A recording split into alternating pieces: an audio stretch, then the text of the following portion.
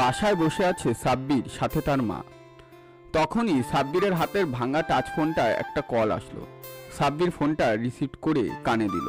ওপাশ থেকে শোনা গেল, হ্যালো বস, একটা সমস্যা হয়েছে, আপনাকে এখনই আসতে হবে। কি সমস্যা? আপনি এলে দেখতে পাবেন, আমি হেলিকপ্টার পাঠাচ্ছি, আপনি চলে আসুন। গাদা, এখানে সবাই হেলিকপ্টার দেখলে কি ভাববে? বস, প্রবলেমটা এক্ষুনি সলভ করা দরকার, তাই অত কিছু ভাবিনি, আপনি চলে আসুন।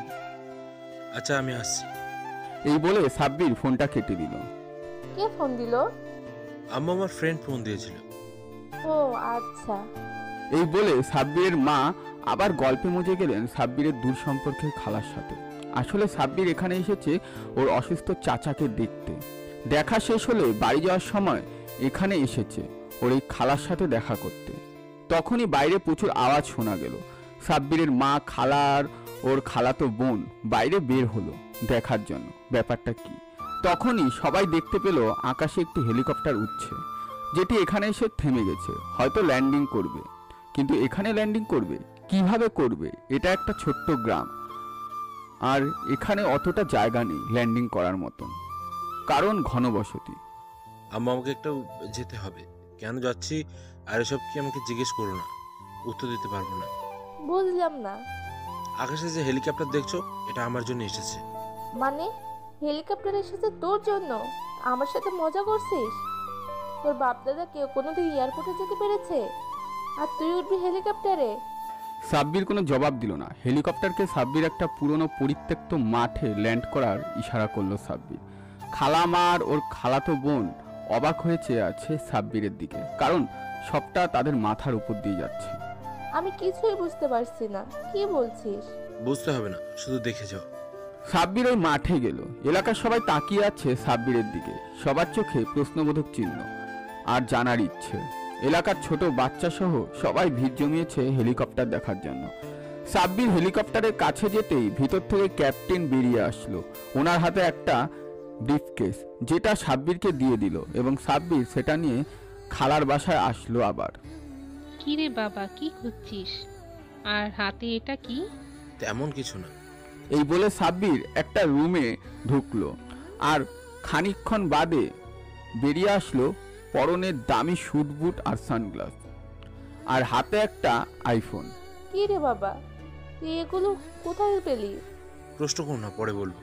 সাব্বির ওর আম্মুকে এই কথা বলে হেলিকপ্টারের দিকে অগ্রসর হতে লাগলো। সানগ্লাস, স্যুট বুটে ওকে একেবারে রাজার মতন মনে হচ্ছে, যেটা দেখে সবাই উৎসুচুক দৃষ্টিতে তাকিয়ে আছে সাব্বিরের দিকে। স্যার, আমাদের এক্ষুনি বের হতে হবে, সাইফুল স্যারকে খুব চিন্তিত দেখছি। হ্যাঁ চলো, এমনিতেই লেট হয়ে গেছে। সাব্বির হেলিকপ্টারে উঠল এবং সাথে সাথে সেটি দ্রুত গতিতে উড়ে চলে গেল, যেটা দেখে সবাই অবাকের চরম পর্যায়ে আছে। কারণ এখানকার মোটামুটি অনেকেই সাব্বিরকে চেনে, আর সবাই জানে যে ওরা কতটা গরিব। আর আজকে এই দৃশ্য দেখার পর সবার মাথায় যেন কাজ করছে না। সবার মনে একটাই প্রশ্ন, কিভাবে? হেলিকপ্টার চলে গেলে সবাই সাব্বিরের মাকে এলিয়েনদের মতন ঘিরে ধরে এবং নানান প্রশ্ন করতে লাগে যে কি করে তার ছেলে কোথায় গেল, আর হেলিকপ্টার আসলো কেন, ও কত টাকার মালিক, ওর এত ক্ষমতা। সাব্বিরের মা চুপ হয়ে আছে, কারণ ওনার নিজেরই জানা নেই। এই দৃশ্য দেখে সাব্বিরের খালা আপ্যায়ন যেন আরও বেড়ে গেল। সাব্বিরের মাকে মাথায় রাখবেন না আকাশে, সেটা ভেবে উনি চিন্তিত। সাব্বির হেলিকপ্টার নিয়ে ঢাকায় চলে আসলো। ঢাকায় একটা নামি দামি কোম্পানির ছাদে হেলিকপ্টার ল্যান্ড করলো। কোম্পানির নাম দ্য রয়্যাল এজেন্সি। কিন্তু এর কাজ বা ভেতরে কি হয় কেউই জানে না, সবটাই রহস্য। সাব্বির 100 তলার বিল্ডিংটির 50 তলায় চলে আসলো লিফট নিয়ে এবং একটা রুমে প্রবেশ করলো। রুমের বাইরে লেখা নিষিদ্ধ জায়গা, প্রবেশ নিষেধ। ভেতরে ঢুকতেই, স্যার, আপনার সময় হলো? আমি টেনশনে পাগল হয়ে যাচ্ছিলাম। আর বলো না, আজকে তুমি আমাকে সেই লেভেলের বিপদে ফেলে দিয়েছিলে। বাড়িতে গেলে জুতো পেটা করবে আমায়। কি দরকার ছিল হেলিকপ্টার পাঠানোর? স্যার, আমি তো পারি নাই রকেট পাঠাতে। আর রকেট পাঠানো লাগবে না, যা করেছো আজকে আমার পাছায় আজকে রকেট পড়বে, তাও নাসার রকেটের থেকেও মারাত্মক। স্যার, ভালো কথা, নাসার নতুন হাইপারসনিক হেলিকপ্টার বেরিয়েছে, কিনে নেব। মজা করতে বারণ করেছি। কেন ডাকা হলো এত আর্জেন্ট সেটা বলো। ওহ স্যার, কাজের কথাই আসি। আমাদের রয়্যালসদের কে কারা যেন টার্গেট করেছে, আর আমাদের 100টা সার্ভারের মধ্যে 10টা হ্যাক করে ফেলেছে। কি? রয়্যালসদের সার্ভার হ্যাক? মজা করছো আমার সাথে? এটা কিভাবে সম্ভব? এত বড় হ্যাক আমাদের এজেন্সির বাইরে কারা? হ্যাঁ, আমিও সেটা দেখছি। আমাদের 97টা হেডকোয়ার্টারের মধ্যে 15টায় এখন পর্যন্ত মিসাইল অ্যাটাক হয়েছে, আর বাকিগুলো আল্লাহ ভরসা। কি? আল্লাহ ভরসা মানে কি? এখানে বসে এতগুলো ট্রেন্ড এজেন্টরা মিলে কি আঙ্গুল চুষছে? স্যার, আপনার রাগের কারণ আছে, তবু এখন কি করব? রয়্যালসদের প্রেসিডেন্টে কনফারেন্স এসেছিলেন। উনি বলেছেন যে ওনার জীবন শঙ্কা আছে, তাই উনি আপনাকে নতুন প্রেসিডেন্ট ঘোষণা করেছেন। সেটা পরে দেখা যাবে। আগে বলো 15টা হেডকোয়ার্টার কতজন বেঁচে আছে? কেউ বেঁচে নেই, আমার বউ এরিকাও নেই। সরি সাইফুল, আমি জানতাম না কে বা কারা হামলা করেছে। এটা জানতে পেরেছি। না স্যার, এই জন্য আপনাকে ডাকা হয়েছে, না হলে ছোটোখাটো ব্যাপারে আপনাকে বিরক্ত করতাম না। আচ্ছা, তাহলে আমাদের ইন্টেলিজেন্স ডিপার্টমেন্টের কি তথ্য? ওদের সাথে এখনও কন্ট্যাক্ট করা হয়নি। আমি এক্ষুনি জানাচ্ছি ওদের রিপোর্ট। 10 মিনিট পর স্যার, ওদের মতে কোনো একটি দেশ থেকে আমাদের উপর অ্যাটাক করা হয়েছে, কিন্তু কোন দেশ আর কেন সেটা জানা যায়নি। আর অ্যাটাককারীর আইডি আমাদের এজেন্সির এক এজেন্টের। আমাদের এজেন্টদের কাজ না এটা। এটা অন্য কেউ করেছে। এতে হয়তো আমাদের কোনো এজেন্টকে ব্যবহার করা হয়েছে। যাই হোক, আমাকে যেহেতু রয়্যালস প্রেসিডেন্ট ঘোষণা করা হয়েছে, তাই এজেন্ট আর এজেন্সির নিরাপত্তা আমাকে দেখতে হবে। তাই আমি অনির্দিষ্টকালের জন্য এজেন্সিকে বন্ধ ঘোষণা করছি। আর প্রত্যেক শহীদ হওয়া এজেন্টের বাড়িতে $10 মিলিয়ন করে ক্ষতিপূরণ পাঠিয়ে দাও। এটা আমার অর্ডার। আচ্ছা স্যার, অর্ডার কনফার্ম। সাইফুলকে নিয়ে বেরিয়ে আসলো সেখান থেকে, পরনে সেই আগের জামা কাপড়। বাড়িতে আসলো সাব্বির। মা, ও মা, কই তুমি? তুই এসেছিস? এই বলে কাজ ফেলে দিয়ে আসলেন মা। কোথায় গেছিলি? আর ওইসব কি? আম্মু আমাকে আমার এক বন্ধু দাওয়াত দিয়েছিল ওর জন্মদিনে, কিন্তু ওরা অনেক বড় লোক আর আমি গরিব, ওখানে গেলে কেমন দেখা যায় এটা ভেবে আর যায়নি। কিন্তু ও নাছোড়বান্দা, আমাকে ছাড়া নাকি জন্মদিনই পালন করবে না, তাই আমার জন্য হেলিকপ্টার পাঠিয়েছিল। ও তাই বল, আমি তো ভাবলাম কি নাকি। যাই হোক, হাত মুখ ধুয়ে আয়। আমি কালকের বেঁচে যাওয়া ভাতগুলো দিয়ে খিচুড়ি পাক করছি, খাবি আয়। খিচুড়ি? আহা, কতদিন ধরে খাই না। যাক, ভালো হলো। আমার কিন্তু 1 প্লেট হবে না। আচ্ছা যা, বেশি করে দিবনি। তোর আব্বু সকালে কারখানায় গেছে, ওনাদের নাকি কিসের অনুষ্ঠান আছে, ওনার ভাগেরটাও তুই খাস। সাব্বির আম্মুকে মানাতে পেরেছে, সাব্বিরের এটাই যথেষ্ট। এবার বাকি রহস্যটা সাব্বিরকে উন্মোচন করতে হবে, আর যেভাবেই হোক। পরদিন সাব্বির সকালে উঠে পুরনো জুতোগুলো সেলাই করে নিল, কারণ আজ কলেজ খোলা, কলেজে যেতে হবে। সাব্বির ব্যাগ গুছিয়ে নিল আর রেডি হয়ে পা বাড়ালো কলেজের উদ্দেশ্যে। এবার পরিচয়টা দেওয়া যাক। এতক্ষণ যার সম্বন্ধে জানানো হলো সে হলো সাব্বির, কলেজের 2য় বর্ষের ছাত্র। পড়ালেখায় খুব পটু, কিন্তু সেটা ক্লাসে না, পরীক্ষায়। কারণ সাব্বির সব জায়গায় অযথা নিজেকে প্রকাশ করে না। কলেজের গেট দিয়ে ঢুকবে তখনই একটা ছেলে সাব্বিরকে ধাক্কা দিয়ে ফেলে দিল। এটা আর কেউ না, সাব্বিরের চিরশত্রু আফসান, বড়লোক বাবার একমাত্র ছেলে, যার কাজ হচ্ছে গরিবদের পচানো, অপমান করা আর মারপিট করা। কিরে শালা, দেখে হাঁটতে পারিস না নাকি অপুষ্টিতে ভুগছিস? খাবার দাবার তো ঠিকমতো জোটে না, চোখে দেখবি আর কি করে? আমি দেখছি ঠিকই, তুই বোধহয় দেখিসনি। মুখে মুখে কথা বলিস কেন? মেরে তক্তা বানিয়ে দেব। বাদ দে, তোর সাথে তর্ক করে লাভ নেই আমার। তুই কই আর আমি কই? এটা যখন বুঝছিস তাহলে লাগতে আসিস কেন? আমি লাগতে আসিনি, তুই আসিস। তুই সোজা কথায় মানুষ হবি না। যা, এই মাঠটাতে 20টা রাউন্ড লাগা, এটাই তোর শাস্তি। যদি না করিস তাহলে এই কলেজ থেকে বের করে দেব। 20টা বেশি হয়ে যায় না? আচ্ছা যা, 10 রাউন্ড মার। দৌড়ে রাউন্ড লাগাতে লাগলো, আর দূরে দাঁড়িয়ে আছে সাইফুল। কিছু বলার নেই, কারণ নিজেদের পরিচয় লোকানোটাই রায়সালদের সবচেয়ে বড় শক্তি। সাব্বির একটা রাউন্ড মেরে ঘেমে একাকার হয়ে গেছে। ঘেমে নিয়ে একটা বটগাছের নিচে হেলান দিয়ে বসলো। দূর থেকে দাঁড়িয়ে দাঁড়িয়ে দেখছে কলেজের বড় ভাইরা, যেগুলো দেখে সাব্বির একটুকু রিয়েক্ট করছে না, আর করবেও না। কারণ রাগ হচ্ছে সবচেয়ে বড় শত্রু, আর এই রাগের আয়ত্ত করতে না পারলে জীবনে কোনোদিন সফলতা পাওয়া যায় না। আর রাগ জায়গা বুঝেই দেখাতে হয়। স্যার, হাঁপিয়ে গেছেন তো, এই নিন জুসটা খেয়ে নিন। মাথা তুলে তাকিয়ে দেখলো সাইফুল ব্যাগ থেকে ঠান্ডা এক বোতল জুস বের করে সাব্বিরের দিকে ধরে রেখেছে। জুসটা এখন দরকার ছিল, কিন্তু সাইফুল তুমি কলেজে কেন? তোমাকে তো আমি 1 মাসের ছুটি দিয়েছিলাম। স্যার, আমাকে আপনার নিরাপত্তার কাজে নিয়োজিত করা হয়েছে, আর আপনি রয়্যালসের প্রেসিডেন্ট, আপনাকে একাই ছেড়ে আমি কীভাবে যাবো বলেন? আমার ব্যাপারে ভাবতে হবে না। আমি আমার নিজের আত্মরক্ষা করতে পারি। আর তোমার এই অবস্থায় আমার নিজেরই উচিত তোমার পাশে দাঁড়ানো। আর তুমি? স্যার, যে চলে গেছে তার ব্যাপারে ভেবে কি করব? সে তো আর ফিরে আসবে না। আমি পারি তার জন্য দোয়া করতে আর ওই ব্লাস্টের পিছনে যারা দায়ী ছিল তাদের খুঁজে বের করতে। চোখে সাব্বির প্রতিশোধের আগুন দেখছে, যেটা সবাইকে পুড়িয়ে ছারখার করে দিবে। তাই আর সাব্বির সাইফুলকে কিছু বলে না। সাব্বির ক্যাম্পাসের ভেতরে গেল। করিডর দিয়ে হাঁটতে হাঁটতে ক্লাসে যাচ্ছে, তখনই কারোর চেঁচামেচি শুনতে পেল। দেখতে পেল একটি মেয়ে অনেক জোরে জোরে দৌড়চ্ছে আর বারবার পিছনে তাকাচ্ছে। সাব্বিরের পাশে থাকা সাইফুলকে হালকা সরিয়ে দেখার চেষ্টা করলো যে পেছনে কে। পেছনে তাকাতেই দেখতে পেল একটা কুকুর, যেটি মেয়েটাকে ধাওয়া করছে। সাব্বির মেয়েটিকে বাঁচানোর জন্য মেয়েটিকে ধাক্কা দিয়ে সাইডে ফেলে দিল আর কুকুরটাকে অন্যদিকে পাঠিয়ে দিল। সাব্বির মেয়েটার হাত ধরে উঠালো, ভাবলো যে মেয়েটা ধন্যবাদ জানাবে, কিন্তু মেয়েটা সাব্বিরের গালে ঠাস ঠাস করে থাপ্পড় বসিয়ে দিল। সাব্বির যেন মুহূর্তেই বলদ বনে গেল। How dare you! আমি আবার কি করলাম? আমি আপনাকে বাঁচালাম, তো তাহলে মারলেন কেন? আরে গাধা, ওইটা আমার পোষা কুকুর, আর আমি ওকে ট্রেনিং দিচ্ছিলাম। আর তুমি কি করলে? হ্যাঁ, তাড়িয়ে দিয়ে। এখন কিভাবে খুঁজবো ওকে আমি? দেখুন, আমি জানতাম না যে... থাক বাপু, আর সাপাই গাইতে হবে না। আমার দিনটাই মাটি হয়ে গেল। আহ, গেল রে। বেশ হয়েছে, যেমন কর্ম তেমন ফল। আবার হাসে। এই দুইটার জন্যই আমার হাত আর কুকুর দুইটাই গেল। আচ্ছা চলেন, আপনার কুকুর আমরা খুঁজে দিই। আসলেই খুঁজে দিবেন? হ্যাঁ। কিন্তু স্যার, কোনো কিন্তু না। আমাদের ভুল আমাদেরকে সংশোধন করে শিখতে হবে, যাতে কেউ আমাদের দিকে আঙুল তুলতে না পারে। Okay sir. বলেই সাব্বির আর সাইফুল মেয়েটির সাথে কুকুরটিকে খুঁজতে লাগলো। প্রায় 5 ঘন্টা খোঁজাখুঁজির পর কুকুরটিকে পাওয়া গেল। কুকুরটি একটি ডাস্টবিনের ভেতরে কি যেন খুঁজতে দেখা গেল। সাব্বির আর সাইফুল একটা রহস্যের গন্ধ পেল, তাই মেয়েটিকে কুকুর নিয়ে চলে যেতে বলল। আরে বাবা, কুকুরটাকে খুঁজে দিলেন, এক কাপ চা অন্তত খাবেন? চলেন। না মিস, আমরা এখন আপনার কোনো অনুরোধ রাখতে পারছি না। আপনার থেকে না হয় এটা পাওনা রইলাম। আপনি এখন আমাদের একা ছেড়ে দিন, আমাদের কাজ আছে। চলে যাচ্ছে।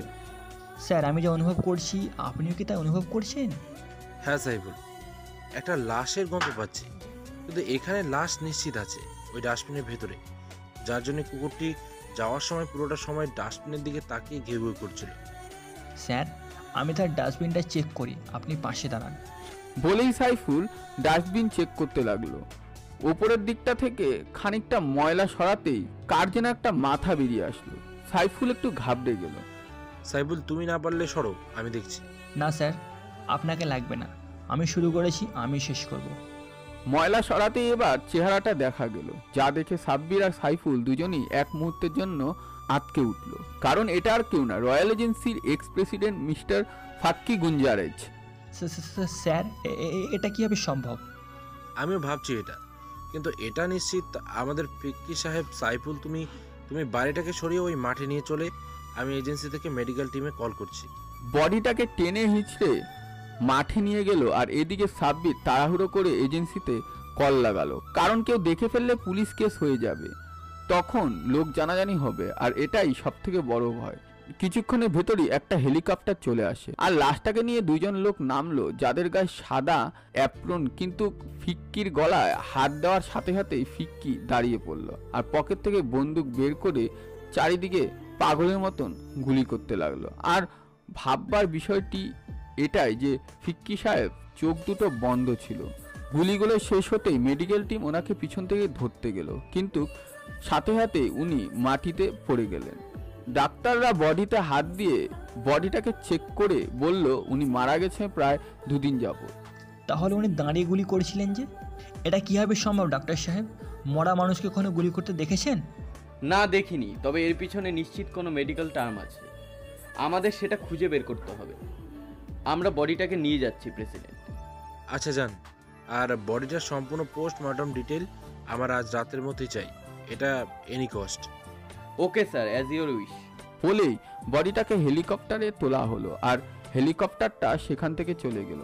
সাব্বির পাশ ঘুরে দেখলো যে সাইফুল মাটিতে বসে আছে। সাইফুল? সাড়া দিচ্ছে না।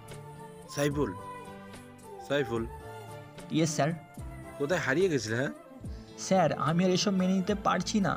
একে তো আমার স্ত্রী মারা গেল, তারপর আজকে এভাবে প্রেসিডেন্ট সাহেবকে পেলাম, আর তারপর মৃত অবস্থায় জীবনে এমন কাউকে গুলি ছুটতে দেখলাম, সবটা মাথার উপর দিয়ে যাচ্ছে। বুঝতে পারছে সাইফুলের অবস্থা। বেচারা একের পর এক শক পেয়ে ঘাবড়ে গেছে। ওর একটু রেস্টের দরকার। সাইফুল চলো বাসে চলো। হ্যাঁ স্যার চলুন, গুলির শব্দে এতক্ষণে হয়তো অনেকেই বেরিয়ে পড়েছে। হ্যাঁ চলো। বলেই সাব্বির সাইফুলকে নিয়ে চলে গেল, কিন্তু লক্ষ্য করলো যে একটি ছায়ামূর্তি সাব্বিরকে পেছন থেকে ফলো করছে, আর অনেকক্ষণ ধরেই ফলো করছে। সাব্বির সাইফুলকে জানাবে ভেবেও জানায়নি, কারণ যদি ওদের চালাকি বুঝতে পেরে পালিয়ে যায় তাহলে তো আর খুঁজে পাওয়া যাবে না। সাব্বির সাইফুলকে ওর বাড়িতে পৌঁছে দিয়ে রাস্তা দিয়ে হাঁটতে লাগলো। পেছনে কারো পায়ের আওয়াজ স্পষ্ট শুনতে পাচ্ছিল, কিন্তু পেছনে ঘোরা যাবে না, ঘুরলেই পালাবে। এই ভেবে সাব্বির একটা ফাঁকা মাঠে চলে আসে। পিছন পিছন ওটাও আসলো, কিন্তু পেছনে ঘোরার সাথে সাথেই একটা ধারালো অস্ত্র দিয়ে সাব্বিরকে আঘাত করলো। Sabbir safety arm automatic on হয়ে গেল। সাব্বির একটা ছোট্ট ট্র্যাকার লাগিয়ে দিল। হাতাহাতির ছলে আরেকটা জোরালো আঘাত করলো ওই কালো মুখোশ পরা ছেলেটির মাথায়। কিন্তু যেই মুখোশটা খুলতে যাবে তার আগেই সাব্বিরের মুখে ধুলো দিয়ে পালালো ওই ছেলেটি। সাব্বির ধাওয়া করেও ধরতে পারল না। অবশেষে অন্য পথে সোজা রাস্তা দিয়ে বাড়িতে না গিয়ে চিপা দিয়ে ঘুরে ঘুরে বাড়িতে গেল। আমাকে ফরেন্সিক রিপোর্ট দেখতে হবে, আর জানতেই হবে মিস্টার ফিক্কি কিভাবে মারা গেলেন আর কারা আছে এর পেছনে। এই রহস্যের বেড়াজাল আমাকে ভেদ করতেই হবে, আর অপরাধীদের শাস্তি দিতে হবে। পৌঁছতেই সাইফুলের কল আসলো। সাব্বিরের ফোনে কল বাজছে। হ্যালো সাইফুল, বলো কি বলবে? স্যার কি আমাদের ফলো করেছিল তাই না? হ্যাঁ, কিন্তু তুমি কিভাবে বুঝলে?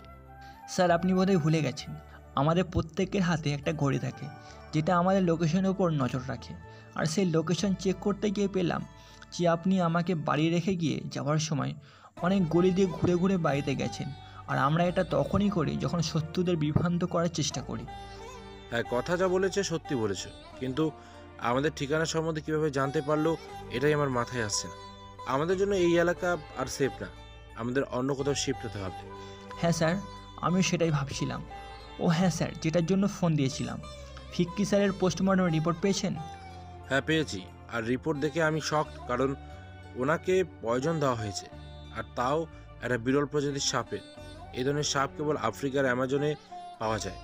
তবে হাতে গোনা কয়েকটা এই সাপের বিষ মানুষকে মারার পরেও মৃতের রিগার মার্টিসকে সক্রিয় রাখে, মানে স্নায়ুতন্ত্র এক কথায় জম্বি বলতে পারো, তাও আবার কয়েক মিনিটের জন্য। তাহলে আমাদের শত্রু খুবই চালাক কেউ। হ্যাঁ, খুবই চালাক। চালাক বলে ভুল হবে, একেবারে চালাকেরও গুরু। তো স্যার এখন কি করবো বলেন? তুমি আপাতত রেস্ট নাও, বাকিটা আমি পরে দেখে নেব। আচ্ছা স্যার। সকালে সাব্বির ঘুমিয়ে আছে, কিন্তু ওর হাতের ঘড়ি অনবরত অ্যালার্ট দিয়েই যাচ্ছে। সাব্বির তবুও ঘুমাচ্ছে, হয়তো ক্লান্তির কারণেই টের পাচ্ছে না। কিন্তু সাব্বিরের মাথার উপর যে মৃত্যু নৃত্য করছে, সাব্বির এটাও জানতে পারছে না। ঘড়ির অ্যালার্ট, এবার ফাইনাল অ্যালার্ট, মানে 10 নম্বর অ্যালার্ট। ঘড়ি থেকে একটা তীক্ষ্ণ সূচ বেরোলো, যেটা সাব্বিরের হাতে খুবই দ্রুত গতিতে প্রবেশ করলো এবং একটা মেডিসিন পুশ করলো সাব্বিরের। সাথে সাথেই উঠে গেল, যেন ঘুমাইনি এমন একটা ভাব। ঘড়ির দিকে তাকিয়ে সাব্বির যেটা দেখলো সেটা দেখে সাব্বির আর নিজেকে বিছানায় বসিয়ে রাখতে পারলো না। সাব্বির সাথে সাথে হেলিকপ্টার ডাকলো আর নিচে গেল। আব্বু কই? তোর আব্বু ছাদে। ছাদে কি করছে? বলে দৌড়ে ছাদে গেল, আর সাথে ওর আম্মু হেলিকপ্টারে এসে পড়েছে। সাব্বির ওর আব্বু আম্মুকে নিয়ে হেলিকপ্টারে উঠে পড়ল। হেলিকপ্টারে যেই মাটি থেকে 70 ফিট উপরে উঠলো, তখনই সাব্বিরদের পুরো বাড়িটা মাটির নিচে ঢুকে গেল, আর সেই সাথে একটা তীব্র ভূমিকম্প সৃষ্টি হলো, যার রিক্টার স্কেলের মাত্রা ছিল 8.9। এর প্রভাবে আশেপাশে কয়েকটা বাড়িও ধসে পড়ল। আল্লাহ গো, কি হলো এটা? আর তুই বুঝলি কিভাবে যে আমাদের বাড়ি এই দশা হবে? সত্যি করে বল, তুই জিন পরি পালিস নাকি? আরে মা, একটু চুপ থাকো না। সাবির, এসবের মানে কি? হ্যাঁ, আমি কিন্তু এবার রেগে যাচ্ছি। তুমি আমাদের এভাবে ট্রেনে হেলিকপ্টার উঠালে কেন? আর এই হেলিকপ্টারটা কোথায় পেলে? এবার বলো না যে তোমার বন্ধু পাঠিয়েছে। সাব্বির হেলিকপ্টারে বসে থাকা আরেকজন এজেন্টকে ইশারা করলো, আর সাথে সাথে সাব্বিরের আব্বু আম্মুকে অজ্ঞান করে দিল এজেন্টরা ক্লোরোফর্মের সাহায্যে। সাব্বির এবার একটু ভাবনা চিন্তা করার ফুরসত পেল। এজেন্ট, আমি একটু দূরেই নেমে যাব। তুমি আব্বু আম্মুকে নিয়ে সেফ হাউসে চলে যাবা, আর তোমার হাতের ঘড়িটা খুলে ফেলে দাও। ওকে প্রেসিডেন্ট অ্যাজ ইউর উইশ বলে ঘড়িটা ফেলে দিল নাটালিয়ার, আর সেই সাথে সাব্বিরও ঘড়িটাকে সুইচ অফ করে পকেটে রেখে দিল। সাব্বির সাইফুলের বাসার কাছে নেমে গেলে হেলিকপ্টার চলে গেল। সাব্বিরকে এখন সাইফুলকে নিয়ে পালাতে হবে ততক্ষণ পর্যন্ত যতক্ষণ না পর্যন্ত এই সবার পেছনের মাস্টার মাইন্ডকে ক্যাপচার করতে পারছে সাব্বির সাইফুলের রুমে প্রবেশ করে যেটা দেখলো সেটা দেখে সাব্বির আটকে উঠলো, কারণ সাইফুল বিছানায় শুয়ে আছে আর ওর হাতে শিরা কে যেন কেটে দিয়ে গেছে, কিন্তু ক্ষত আর রক্তপাত দেখে মনে হচ্ছে এক্ষুনি করা হয়েছে কাজটা। তাহলে কি খুনি এই বাড়িতেই আছে নাকি? সাব্বির খুঁজতে লাগলো দোতলা, তিনতলার উপর নিচে সব জায়গায়, কিন্তু কাউকেই পেল না, এমনকি কোনো প্রমাণও না। সাব্বির ওর বেল্টটা খুলে সাইফুলের হাতে পেঁচিয়ে দিল আর একেবারে শেষ প্রান্তে একটা সুতায় টান দিল। সাথে সাথে সাইফুলের হাতটা একটা জেল দ্বারা ঢেকে গেল আর জেলটা নীল হয়ে উঠল। ন্যানোবার্ট তার কাজ শুরু করে দিয়েছে। সাব্বির ওখানে বসে পকেট ড্রোন দিয়ে বাড়ির আশেপাশে দেখতে লাগলো কোনো প্রমাণ পাওয়া যায় কিনা সেটা দেখতে, কিন্তু না, খুনি একেবারেই কোনো প্রমাণ ফেলে যায়নি। সাইফুলের ক্ষত সেরে গেছে, শিরাগুলো আবার জুড়ে গেছে। সাইফুলের জ্ঞান ফিরে আসলো, সাব্বিরের পাশেই বসেছিল। স্যার আপনি এখানে, আর আমার হাতে ন্যানো টেকনোলজির বেল্ট কেন? এর মানে কি? আমাকে কেউ... হ্যাঁ, যা ভাবছো তাই, কিন্তু কিভাবে তুমি টের পাওনি? না স্যার, আমি ঘুমিয়েই ছিলাম। ও, তাহলে তোমাকে ঘুমের ভেতরেই কোনো টাইপের ক্লোরোফর্ম দেওয়া হয়েছিল। কিন্তু স্যার আমার বাড়ি অ্যালার্ম সিস্টেমের আওতাভুক্ত, আমাকে মারতে খুনি কেন একটা বিড়ালও যদি মারতে প্রবেশ করে তাহলে আমি টের পেয়ে যাব। সাইফুল, খুনিকে বোকা ভাবাও যায় না আমাদের ব্যাপারে, তাই হয়তো অ্যালার্ম সিস্টেম বন্ধ করে দিয়েছিল কোনোভাবে। স্যার আপনি এখানে, আপনি কি কোনো আভাস পেয়েছিলেন নাকি এই ব্যাপারে? না, তোমার মতো আমাকেও অ্যাটাক করা হয়েছিল, কিন্তু খুবই চালাকির সাথে আমি বেঁচে বেরোই। আমার হাতের ঘড়িটা আজকে না থাকলে হয়তো আমি আমার পরিবারকে খুঁজে পেতাম না। তাহলে স্যার ঘড়িটা কোথায়? এই ঘড়ি যেমন আমাদের বাঁচাচ্ছে, তেমনি এই ঘড়ি আমাদের মৃত্যুদূতকে আমাদের কাছে টেনে আনছে। উঠে পড়ো, এখন ওসব বলার সময় নেই, আমাদের পালাতে হবে। তুমি ছদ্মবেশ ধারণ করো, আর আমি আমার বেশভূষা চেঞ্জ করে ফেলছি। আচ্ছা স্যার। 5 মিনিট পর। স্যার ছদ্মবেশ তো চেঞ্জ করলাম, বাট আমরা তো শেপ হাইজে যেতে পারতাম। না সাইফুল, এখনও ওই রকম সময় আসেনি। তুমি কি ভেবেছো ওরা শুধু এতটুকুতেই থেমে থাকবে? না, ওরা এর থেকেও বেশি মারাত্মক প্রচেষ্টা করবে আমাদের ক্ষতি করার, আর সেই সাথে রিয়ালসদের। ওহ, তাহলে আমরা পালাচ্ছি না, তাই তো? আমরা আমাদের শত্রুদের পিছু নেব এবার। হ্যাঁ, কিন্তু তা যেন কেউ টের না পায় এমন ভাবে। Okay sir. আর সাব্বির এবার আর গা ঢাকা দিয়ে বসে থাকবে না। ওরা রয়্যালস, আর রয়্যালসরা চুপ করে গেছে, মানে এই না যে ওরা দুর্বল হয়ে গেছে। অন্যদিকে একটা বালুময় কক্ষে একটি কম্পিউটার রুমে 10 থেকে 15 জন লোক এদিক ওদিক ছোটাছুটি করছে, যেন খুব ব্যস্ত কাজ নিয়ে। কি কাজ করো তোমরা? হ্যাঁ জি, দুজন লোককে খুঁজে বের করতে পারো না? স্যার, আমরা আমাদের সর্বোচ্চ চেষ্টা করেছি, কিন্তু কোনো সুবিধা হচ্ছে না। ওরা ওদের ট্র্যাক করার একমাত্র মাধ্যম ঘড়িগুলো সম্বন্ধে হয়তো জেনে ফেলেছে, তাই আমরা ওদের কোনো ট্রেডস পাচ্ছি না। টেস্ট পাচ্ছ না মানে? তোমাদেরই কি এত এত করে টাকা দিয়ে হায়ার করে নিয়েছি এসব কথা শোনার জন্য? দুঃখিত স্যার। দুঃখিত বলে আমার রাগ কমবে না। তোমরা ওদেরকে খুঁজে বের করো, আর আমাকে এলেন এর খবর দাও। এলেন কোথায়? ওকে নাকি আমি সরাসরি এর এজেন্টদের মারতে পাঠিয়েছিলাম, ও তো ব্যর্থ হয়েছে, এখন আমার কাছে আসছে না কেন? কক্ষে প্রবেশ করলো এলেন, চেহারায় বিষণ্ণতা আর ব্যর্থতার ছাপ। কি মুখ নিয়ে আসবো স্যার? মুখ আসবে মানে? এখানে আসো আমার সামনে। বলেই এলেনকে ইশারা করলো। ইশারা করতেই এলেন সামনে গিয়ে বসলো। তখনই পিছন থেকে ধারালো একটা ছুরি বের হয়ে এলো, যা এলেনের মুন্ডু ধর থেকে আলাদা করে দিল। এলেনের নিথর দেহটি মাটিতে গড়াগড়ি খেতে লাগলো আর রক্তে ভেসে যেতে লাগলো ফ্লোর, কিন্তু বালু সব রক্ত চুষে নিতে লাগলো। রক্তের গন্ধে ভরে গেল সারা কক্ষ। কক্ষে সবাই ভয়ে কাঁপতে লাগলো, কারণ এখানে ব্যর্থতা মানেই মৃত্যু। এদিকে একদল লোক সাব্বির আর সাইফুলকে খুঁজছে, আর অন্যদিকে সাব্বির আর সাইফুল তাদের খুঁজছে, কিন্তু কে কাকে আগে খুঁজে পাবে। সাব্বির সাইফুলকে সঙ্গে নিয়ে রয়্যালসদের হেডকোয়ার্টারে গেল।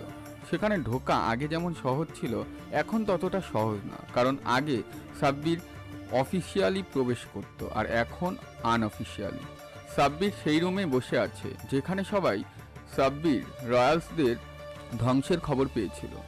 সাব্বির কম্পিউটারে কিছু চেক করছে যে অফিসিয়ালি কোনো স্টাফ মানে এজেন্ট এই ডাটা ব্লিচিংয়ের জন্য দায়ী নয় তো। না, কোনো ট্রেস পাওয়া যাচ্ছে না, সব একদম পরিষ্কার। কিন্তু এটা কি করে সম্ভব? ডাটা ব্লিচ আবশ্যিকভাবে হয়েছে, না হলে কেউ রয়্যালদের চুলও বাঁকা করার ক্ষমতা রাখে না। এভাবেই যখন ভাবছিল তখন সাব্বিরের মাথায় একটা জিনিস নাড়া দিয়ে উঠে, আর সেটা হলো সেফট লগইনস। হ্যাঁ, এত ঝামেলা করার দরকার আছে? কেউ যদি ডেটা ব্লিচ করে থাকে তাহলে সে নিশ্চয়ই লগ ইন করেছে, আর মেশিন ছাড়া কেউ ডেটার অ্যাক্সেস নিতে আসে না। আর তাদের জানা মতে ওই দিন শুধু তাদের মেশিনই ছিল। সাব্বির এসব ভাবছিল তখনই চোখে একটা অদ্ভুত লগ ইন চোখে পড়ল, আর সেটার কারণ না, সইফুলের স্ত্রীর। সাব্বির নিজের চোখে বিশ্বাস করতে পারছে না। সাব্বির কম্পিউটার স্ক্রিনের কাছে গিয়ে চোখ বড় করে দেখতে লাগলো, কিন্তু নাম একই, আর সেটা হলো এরিকা। কিন্তু এরিকা কেন এই কাজ করবে? আর এরিকা তো আমাদের কলেজের লাইফের ফ্রেন্ড, ও তো যথেষ্ট ভালো একটা মেয়ে, তার উপরে সাইফুলের স্ত্রী। তখনই সাব্বিরের দক্ষ কানে একটা আওয়াজ ভেসে আসে, আর সেটা হলো ধারালো কোনো ছুরিকে বাতাসে ছোড়া হলে যেমন আওয়াজ হয় তেমন। সাব্বির সরে গেল, একটা তীক্ষ্ণ ধারালো ছুরি কম্পিউটার স্ক্রিনের এপার ওপার করে বেরিয়ে গেল। সবটা এক মুহূর্তেই ঘটে গেল। সাব্বির সামনে তাকাতেই দেখতে পেল একটা কালো মুখোশধারী একটা লোক হাতে অনেকগুলো ধারালো ছুরি নিয়ে দাঁড়িয়ে আছে, যখন তখন অ্যাটাক করবে। সাইফুল কোথায়? ওকে না আমি দরজার বাইরে পাহারায় রেখেছিলাম। তখনই আবারও অ্যাটাক করা হলো। এবার দুটো ছুরি একসাথে মেরেছে অচেনা হামলাকারী, আর ছুরি দুটো এমনভাবে মেরেছে যে কাটিয়ে যাওয়ার কোনো উপায় নেই। তবুও সাব্বির চেষ্টা করলো, কিন্তু একটা ছুরি সাব্বিরের হাতের বাহু ছুঁয়ে চলে গেল। সাব্বির তৎক্ষণাৎ পকেট থেকে শক রিংটা পরে নিল, যেটা দিয়ে কাউকে ঘুষি মারলে এক নিমিষেই কারেন্টের শকে মারা যাবে। অচেনা হামলাকারী সাব্বিরকে কোনো কিছুর ভাবার টাইমই দিতে চাইছে না। তখনই একটা ছুরি এসে সাব্বিরের বুকে লাগলো। সাব্বির কয়েক পা পিছিয়ে গেল। অচেনা হামলাকারী এগিয়ে আসলো ফাইনাল অ্যাটাকের জন্য, কিন্তু তখনই সাব্বির উঠে দাঁড়ালো আর ওর হার্ট বরাবর একটা প্রচণ্ড শক্তিশালী ঘুষি মারল, যাকে বলা যায় হয় ইস্পার না হয় উস্পার। হামলাকারী মাটিতে শুয়ে পড়ল আর কাঁপতে লাগলো, পা দিয়ে 2-3টা বাড়ি মারল, মাটিতে আর থেমে গেল। সাব্বির একটু নিশ্চিন্ত হয়ে বসলো। রক্তে শার্টটা ভিজে যাচ্ছিল সাব্বিরের। সাব্বির ভাবলো যে এখানে বেশিক্ষণ থাকাটা ঠিক হবে না, কারণ হামলাকারী সঙ্গীরাও আসতে পারে। সাব্বিরকে বেরিয়ে যেতে হবে, কিন্তু সইফুল কোথায়? এত বড় একটা অ্যাটাক হলো আমার উপর, আর ও এখনো আসলো না। সাব্বির পকেট থেকে মোবাইল বের করে সইফুলকে একটা কল দিল। রিং হচ্ছে, কিন্তু আওয়াজটা খুব কাছে শোনা যাচ্ছে, যেন পাশেই বসে আছে সইফুল। সাব্বির দেখতে পেল যে হামলাকারীর পকেটে একটা মোবাইল রিং হচ্ছে। সাব্বির মোবাইলটা বের করে নিল। সাব্বির অবাক হয়ে আছে, কারণ পকেটে সাইফুলের মোবাইল, কিন্তু কিভাবে এলো এখানে, এটা ভাবতে লাগলো সাব্বির। সাব্বির ভাবলো যে সাইফুলকেও হয়তো মেরে দিয়েছে এই শালা, নয়তো সাইফুল এতক্ষণে চলে আসতো। কিন্তু সাব্বিরের মনে আরেকটা দিকে এখনো রহস্যের গন্ধ পাচ্ছে, আর কেন জানি না মন সাব্বিরকে বলছে মুখোশটা খুলে দেখতে। সাব্বির মনের কথা শুনে বলে সিদ্ধান্ত নিল, তাই মুখোশটা টান দিয়ে খুলে ফেললো। আর যা দেখতে পেল তা দেখে সাব্বিরের চোখ যেন ছানা বড়া হয়ে গেছে। সাব্বির কয়েক পা পিছিয়ে গেল, অনেকটা দূর। সাইফুল? অস্পষ্ট শব্দটা বেরিয়ে আসলো সাব্বিরের মুখ দিয়ে। হ্যাঁ, সাব্বির যার চেহারা মাত্র দেখেছে সে আর কেউ না, সে হলো সাইফুল, যে কিনা সাব্বিরের সবচাইতে বেশি বিশ্বস্ত। সাব্বিরের চোখ দিয়ে না চাইতে 2 ফোঁটা জল গড়িয়ে পড়তে লাগলো। বিশ্বাসের দাম পেল সাব্বির, কিন্তু কেন কেন কেন করলো সাইফুল? সাব্বির ভাবলো যে আর দেরি করা ঠিক হবে না, তাই সাব্বির রক্তাক্ত অবস্থায় বুকে একটা কাপড় বেঁধে নিল, কিন্তু রক্ত পড়া বন্ধ হচ্ছিল না। সাব্বির বেরিয়ে আসতে লাগলো, কিন্তু খেয়াল করলো বিল্ডিং এর আশেপাশে অনেকগুলো গাড়ি দাঁড়িয়ে আছে। এরা কারা আর এখানে কি করছে? আমাকে মারতে আসেন তো? আর আসলেই এখনো এলো না কেন? তখন খেয়াল করলো গাড়িগুলো বিল্ডিং এর চারিপাশে 4 কোণায় পার্ক করে কতগুলো লোক গাড়িগুলো থেকে বেরিয়ে চলে যেতে লাগলো, কিন্তু কেউ ওরা সাব্বিরকে ভেতরে ঢুকে হামলা করলো না কেন? আর গাড়িগুলো এভাবে পার্ক করে যাওয়ার মানে কি আছে গাড়িতে? সাব্বির কিছু একটা রহস্যের গন্ধ পেল, তাই বিল্ডিং এর নিচে একটা হাইড্রোলিক চেম্বার ব্যবহার করে খুব দ্রুত বিল্ডিং থেকে সুড়ঙ্গের সাহায্যে বেরিয়ে আসলো। সাব্বিরের চোখ বন্ধ হয়ে আসছিল অতিরিক্ত রক্তক্ষরণের কারণে। সাব্বিরের মন চাইছে হেলিকপ্টার ডাকতে, সাহায্য ডাকতে, কিন্তু সাব্বির এটা করবে না, কারণ সাব্বির এখন কাউকে বিশ্বাস করে না। সবাই সাব্বিরের বিশ্বাসের খাতা থেকে উঠে গেছে। সাব্বির লাইভ কলে আসলো। স্যাটেলাইট কলিংয়ে এজেন্সির সকল এজেন্টদের ফোন একসাথে বেজে উঠল। সাব্বির শত্রুপক্ষের কাছে কলটি চলে গেল, তারাও শুনতে লাগলো। হ্যালো সকল এজেন্টরা, সকল রয়্যালসরা, আমার হাতে সময় খুব কম, তাই বিশেষ কিছু কথা আমি আপনাদেরকে বলতে চাই। আমাদের এজেন্টদের ভেতরেই আমাদের অনেক শত্রু লুকিয়ে আছে, সবাই সাবধান। আর আমি আজকে তাদেরই শিকার। বাঁচবো কিনা জানি না, সাহায্যের হাত পাততেও ভয় পাচ্ছি, কিন্তু এর মানে এই নয় যে আমি হেরে গেছি। আমি হার মানি না। আপনাদের সকলের ফাইন্যান্সিয়াল সকল এক্সিস্টিবিলিটি আমি নির্দিষ্ট লিমিটে লক করেছি, আর আমি ফিরে আসার চেষ্টা করব। এর মধ্যে আপনাদের একটাই কাজ, নিজেদের মধ্যকার শত্রুগুলোকে খুঁজে বের করা। আমি যদি কোনো দিন ফিরে আসি, একটা সিগন্যাল দেব, আশা করি আপনারা উপস্থিত থাকবেন। কল কাট করছি, কারণ আমার দ্বারা আর কথা বলা সম্ভব হচ্ছে না। বিদায়, আমি প্রেসিডেন্ট সাব্বির।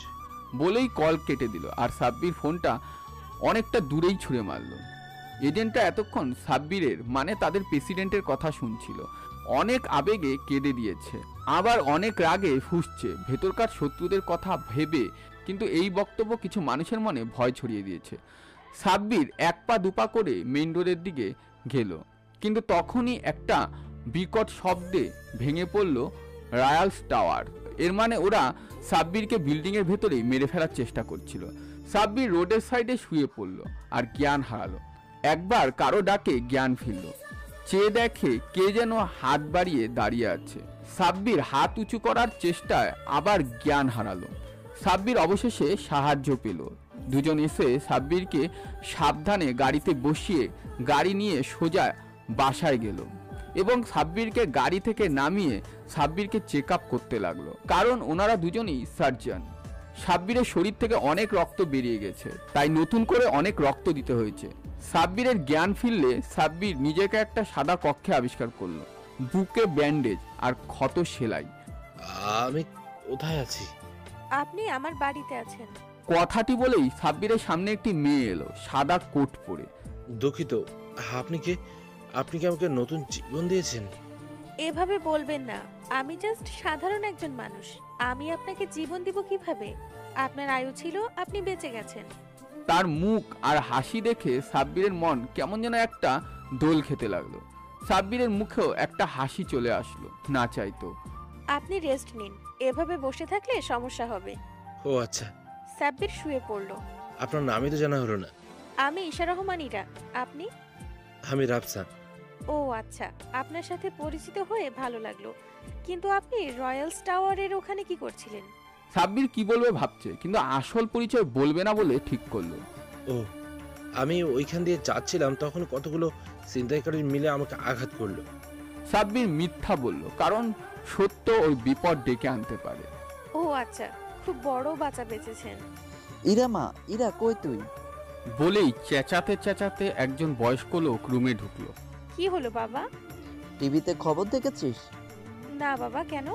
সাব্বির একটু চিন্তায় পড়ে গেল, কারণ ওর রহস্য কেউ টিভিতে ফাঁস করে দেয়নি তো। ঈশা ওই রুমে থাকা একটা টিভি অন করলো আর খবরের চ্যানেলটা দিল। খবরের চ্যানেলে বলছে, রয়্যালস টাওয়ারের সামনে দাঁড়িয়ে আছি আমরা। হ্যাঁ, সেই সিক্রেট এজেন্সি যাদের ক্ষমতা পৃথিবীতে শীর্ষস্থানীয় ধারণ করা হয়। এই এজেন্সির ব্যাংক অ্যাকাউন্টগুলোর আর প্রপার্টির মূল্য যদি হিসাব করা হয়, তাহলে এই এজেন্সির মালিক হলেন পৃথিবীর সবচেয়ে ধনী লোক। কিন্তু গতকাল একটা বোমা বিস্ফোরণে বিল্ডিংটি ধসে পড়ে। ভাগ্যক্রমে বিল্ডিংয়ে তেমন কেউ ছিল না, শুধু একটা বডি পাওয়া যায়, যার ট্রেস এখনও করা যায়নি। রয়্যালস এজেন্সির খবর আগে কখনো পাবলিক হয়নি, কারণ এটি একটি সিক্রেট এজেন্সি। কিন্তু কে যেন বিস্ফোরণের কিছুক্ষণ আগে আমাদেরকে খবরগুলো মেল করে দেয়। কে সে আর কেন পাঠালো জানতে হলে চোখ রাখুন ক্রিস্টাল ভিশন চ্যানেলে। বাবা, এটা তো সেই এজেন্সি যেই এজেন্সিতে আম্মু কাজ করত, কিন্তু আম্মুর কথা আমরা বিশ্বাস করিনি। আপনার আম্মু এই এজেন্সিতে কাজ করতেন? হ্যাঁ, কিন্তু আমরা ওনার কথা বিশ্বাস করিনি, কারণ এগুলো সবার কাছে একটা ফ্যান্টাসির মতো ছিল। আম্মু বলেছিল যে আমাকে রয়্যালস থেকে নিয়োগ পাঠানো হবে, কিন্তু কেউই আসেনি। তো এজেন্ট হতে চান কেন? অপরাধীদেরকে নিজেদের দাদি আর নানি মনে করিয়ে দিতে। ওয়েট, এখন যদি রয়্যালস থেকে আপনাকে নিয়োগ দেওয়া হয় তো কি করবেন? আগে যে খবর নিয়ে আসবে তাকে চুমু দিব। ও, তো আপনাকে কেন নিয়োগ দেবে রয়্যালস? আপনার দক্ষতা কি? কি কি করতে পারেন আপনি? আপনার স্ট্রেংথ, আপনার উইকনেস? আমি মার্শাল আর্টে ব্ল্যাক বেল্ট, এছাড়াও চাইনিজ কুংফু সহ ৪৫ ধরনের ফাইটিং টেকনিক জানি। আমি একজন আর্মি ডাক্তার, এছাড়াও আমি একজন খুবই দক্ষ এথিক্যাল হ্যাকার। একজন মানুষের এত ট্যালেন্ট! অবশ্য রয়্যালস এজেন্টদের এমনই হওয়া উচিত। আচ্ছা, আমি রয়্যালসের সিলেক্টর কমিটি থেকে আপনাকে নিয়োগ দিলাম। ঈশা আর ঈশার বাবা দুজনেই সাব্বিরের দিকে তাকালেন আর চোখ বড় করে ফেললেন। আপনি নিজেকে কি বললেন? আমি নিজে কি বললাম? আমি বললাম যে আমি রয়্যালসের সিলেক্টর কমিটির পক্ষ থেকে আপনাকে সিলেক্ট করছি। এর মানে আপনি রয়্যালসের এজেন্ট? সেটাও বলতে পারেন। কিন্তু আপনি যে নিজেকে একজন সাধারণ মানুষ বললেন, আর এটা বললেন যে আপনাকে ছিনতাই করে আহত করা হয়েছে। ও আচ্ছা, এই কথা। হ্যাঁ বাবা, প্লিজ আমাদের ক্লিয়ার করে বলো ব্যাপারটা। আমরা কেউই ব্যাপারটা বুঝতে পারতেছি না। আসলে আমি একজন রয়্যালস এজেন্ট, আর আমার উপরে সহ সকল এজেন্টদের ওপর হামলা করা হয়েছিল, আর আমি কোনো মতে বেঁচে এসে পড়েছিলাম সেখান থেকে। আর আমাকে ছুরি দিয়ে আঘাত করা হয়েছিল, তাই আমি আহত অবস্থায় রাস্তায় গিয়েছিলাম সাহায্য চাইতে। ওহ আচ্ছা, আপনি একজন রয়্যালস এজেন্ট। কিন্তু প্লিজ কাউকে বলবেন না, নাহলে আপনাদের সবার বিপদ হবে। কারণ এজেন্টরা কিছুদিনের জন্য আন্ডারগ্রাউন্ডে আছে, আর আমি চাইছি আপনাকে আমাদের প্রেসিডেন্টের পার্সোনাল অ্যাসিস্ট্যান্ট হিসেবে রাখতে। আমার বিশ্বাস হচ্ছে না, আমি একজন রয়্যালস এজেন্টের সাথে কথা বলছি। সেটা আমার কাজেই দেখতে পাবেন। তো কালকে আপনার ট্রেনিং শুরু হবে, আর আপনাকে ট্রেন করব আমি। কিভাবে আমাকে ট্রেন করবেন? আপনি তো নিজেই খাটে শুয়ে আছেন। আমাকে একটু উঠিয়ে বসাবেন? হ্যাঁ, কেন নয়, কিন্তু আমার প্রশ্নের জবাব দিলেন না যে। দেখাচ্ছি, কিন্তু আগে বলুন আমার জুতো দুটো কোথায়, যেগুলো আমি পায়ে পড়েছিলাম? ওই যে আপনার বিছানার পাশের ঝুড়িতে। কিন্তু জুতা দিয়ে কি করবেন? জুতা দিয়েই তো সব। এই বলে সাব্বির জুতোটা হাতে ঈশাকে দিয়ে হাতে নিল, আর জুতোর তলায় একটা কাচ ছিল সেটা সরালো, আর সেখান থেকে একটা পিন দিয়ে খোঁচা দিল। ওই ফুটো থেকে অচমকা একটা লাল রঙের জেল বেরোতে লাগলো, যেটা দেখে ঈশা আর ঈশার বাবা অনেক অবাক হলো। আর সাব্বির সেই পাউডারগুলো সোজা বুকে আর শরীরের ক্ষতস্থানে লাগিয়ে দিল। আরে আরে, পাগল নাকি? ওই ময়লা কি নাকি ওইগুলো বুকে লাগালেন কেন? কারণ আছে বলেই লাগাচ্ছি। এই বলে সাব্বির ক্ষতগুলো আবার দেখাতে বলল ওনাদের। আরে আরে, আপনার ক্ষতগুলো এত তাড়াতাড়ি হিল হয়ে যাচ্ছে কিভাবে? এটা ন্যানো টেকনোলজি, আর এটা যে কোনো ক্ষতকে মাত্র কয়েক মুহূর্তে সারিয়ে দিতে পারে। এইরকম কিছু আগে কখনো দেখিনি। কিন্তু আপনি এটা ওই সময় ব্যবহার করেননি কেন? তখন আমি একটা ট্রমায় ছিলাম, কারোর প্রতি অনেক বিশ্বাস করেছিলাম, তো তাই। আর আমার শরীর তখন অনেক দুর্বল ছিল, আর আমার এটার কথা মনে ছিল না। আমি মাতালদের মতো হাঁটছিলাম, কারণ আমার হার্টে ছুরিটা লেগেছিল, আর সেটা থেকে অনেক রক্ত বেরিয়ে হয়েছিল। ও আচ্ছা, এখন বুঝলাম। তো এবার আপনি সম্পূর্ণ সুস্থ? হ্যাঁ, আমি সুস্থ, আর আজকে রেস্ট নেব, কারণ রক্ত অনেক চলে গেছে শরীর থেকে। আচ্ছা, রেস্ট নিন, আমাদের ট্রেনিং পরে শুরু হবে। বাট আমার এখনো বিশ্বাস হচ্ছে না আমি একজন রয়্যালস এজেন্টের সাথে কথা বলছি, যে যারা কিনা পৃথিবীর সবচেয়ে চালাক আর স্বনামধন্য গোয়েন্দাদের মধ্যে সবচেয়ে বিখ্যাত। বিশ্বাস হবে মিস ঈশা, যখন এজেন্টদেরকে দেখবেন আর ওরা কি করতে পারে সেটাও দেখবেন। আচ্ছা, দুপুর তো প্রায় হয়ে এসেছে, আমি খাবার আনছি। আপনার ক্ষুধা লেগেছে হয়তো। হ্যাঁ মা, যা খাবার নিয়ে আয়।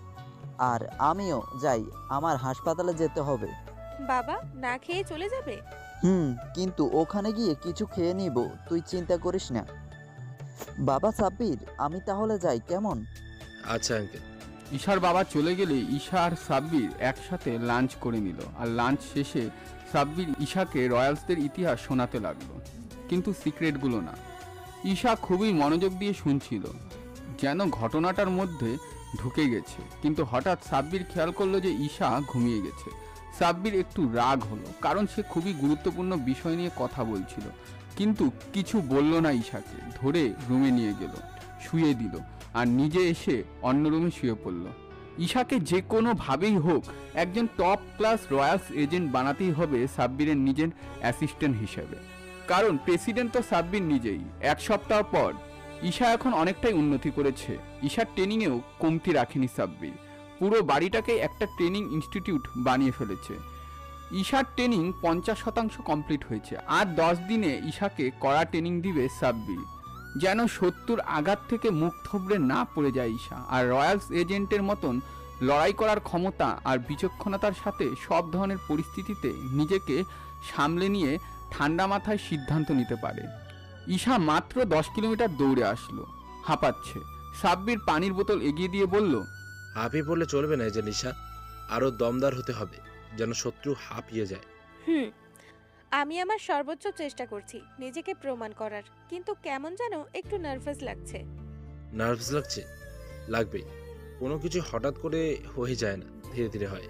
যেমন হীরাকেই ধরি, হীরা হাজার হাজার বছরের অপেক্ষায় মূল্যবান ধাতু হিসেবে দাম পায়। তেমনই তোমার ব্যাপারটা। ভেবে না যে তোমার কাছে হাজার হাজার বছর আছে, প্রত্যেক দিনকে এক একটি মাস ভেবে ট্রেনিং করো, তাহলে দেখবে নিজেকে নিয়ে আর কোনো সংশয় থাকবে না। ঈশা সাব্বিরের দিকে তাকিয়ে আছে আর ওর চোখ চিকচিক করছে, যেন সাব্বিরের কথাগুলো ওর ভেতরে নতুন করে শক্তির সঞ্চয় করলো। আমি আমার সর্বোচ্চ চেষ্টা করব, সর্বোচ্চ বলতে প্রাণপণ, যাতে আমাকে নিয়ে কারো কোনো সংশয় না থাকে, আর একজন রয়্যালস এজেন্ট হিসেবে নিজেকে প্রমাণ করব। ঈশা সাব্বিরের সামনে শপথ করলো। ঈশাকে আমার ব্যাপারে বর্তমানে জানানো ঠিক হবে না। আমি ওর ট্রেনিং শেষ হলে ওকে নিয়ে আগে আমার এজেন্টদের কাছ থেকে প্রাপ্ত তথ্যের ভিত্তিতে আমাদের শত্রুকে নাশ করব, তারপর আমার পরিচয় ওকে জানাবো। জানি না কীভাবে রিয়্যাক্ট করবে, কিন্তু আমাকে এটা করতেই হবে। আমার উপরে পুরো এজেন্সির দায়িত্ব আর হাজার হাজার বিলিয়ন ডলারের মালিকানা, যা কোনোদিনও শেষ হয়নি। এগুলোকে আমার সঠিকভাবে দেখাশোনা করতে হবে আর ফিক্কির অভাব পূরণ করতে হবে। অন্যদিকে ওই এজেন্ট সাব্বির কই? কি মারা গেছে নাকি হারিয়ে গেছে? হ্যাঁ, তোমাদের এতগুলো গাধা মিলে ওকে খুঁজে বের করতে পারছো না? বস, আমরা সারা দুনিয়াব্যাপী খোঁজ চালিয়েছি, কিন্তু ওই বেটা যেন পৃথিবী থেকে ধোয়া হয়ে গেছে। ধোয়া হয়নি, ওই বেটা খুব চালাক, দেখো কোথায় লুকিয়ে আছে। কিন্তু এটা ভেবে খুশি হয়ে লাভ নেই, কারণ সাব্বির একজন টপ রক এজেন্ট, আর এর সামনে তোমাদের পিঠটাও ছেড়ে দিলেও তোমাদের মেরে ভূত বানিয়ে দেবে। So be careful. আমার ওকে চাই, জিন্দা বা মুদ্রা। আমি ওর কলিজা কেটে শো পিচ বানিয়ে রাখতে চাই। জি বস। ঈশার ট্রেনিং এখন সম্পন্ন হয়েছে, আর ঈশাকে একজন টপ ক্লাস এজেন্ট বানাতেও সাব্বির সক্ষম হয়েছে। এখন ঈশাকে হাতে খড়ি মানে প্র্যাকটিক্যালি শেখাতে হবে, মানে ঈশাকে নিয়ে সাব্বিরকে মিশনে যেতে হবে। কিন্তু মিশনে কোথায় নিয়ে যাবে সেটা ভাবছে। সাব্বির বাগানে বসে চা খাচ্ছে আর ভাবছে। ট্রেনিং তো কমপ্লিট, এখন কি করব এজেন্ট? সাব্বিরের দিকে আস্তে আস্তে প্রশ্ন করলো ঈশা। সেটাই ভাবছি, তোমাকে নিয়ে কোন মিশনে যাব। চায়ের কাপে চুমুক দিতে দিতে সাব্বির বলল, ওফ আচ্ছা, কিন্তু আমাকে তো বললেন যে রয়্যালস এজেন্টরা সব আন্ডারগ্রাউন্ড হয়ে আছে, আর ওনাদের সবার পেছনে নাকি শত্রুপক্ষ লেগে আছে। তাহলে ওই বিষয়টাই তো আগেই সলভ করা দরকার, তাই না? হ্যাঁ, সেটা তো আগে ভাবিনি। আমাদের এজেন্টদেরকে আর রয়্যালস এজেন্সিকে আগে এই বিপদ থেকে বাঁচাতে হবে, যাতে এজেন্টরা আবার আগের মতো দাপটে বেড়াতে পারে। কিন্তু এটা কিভাবে সম্ভব? আর এজেন্টের ভিতরেও কিছু গুপ্তচর আছে, শত্রুপক্ষের এজেন্টের। কিন্তু আগে আমাদেরকে শত্রুপক্ষের দৃষ্টি আকর্ষণ করতে হবে, আর তার জন্য সকলকে আন্ডারগ্রাউন্ড থেকে বের হতে হবে। বাকিটা আমি পরে বলবো। তুমি আসলে কি করতে চাইছো সেটা বলো।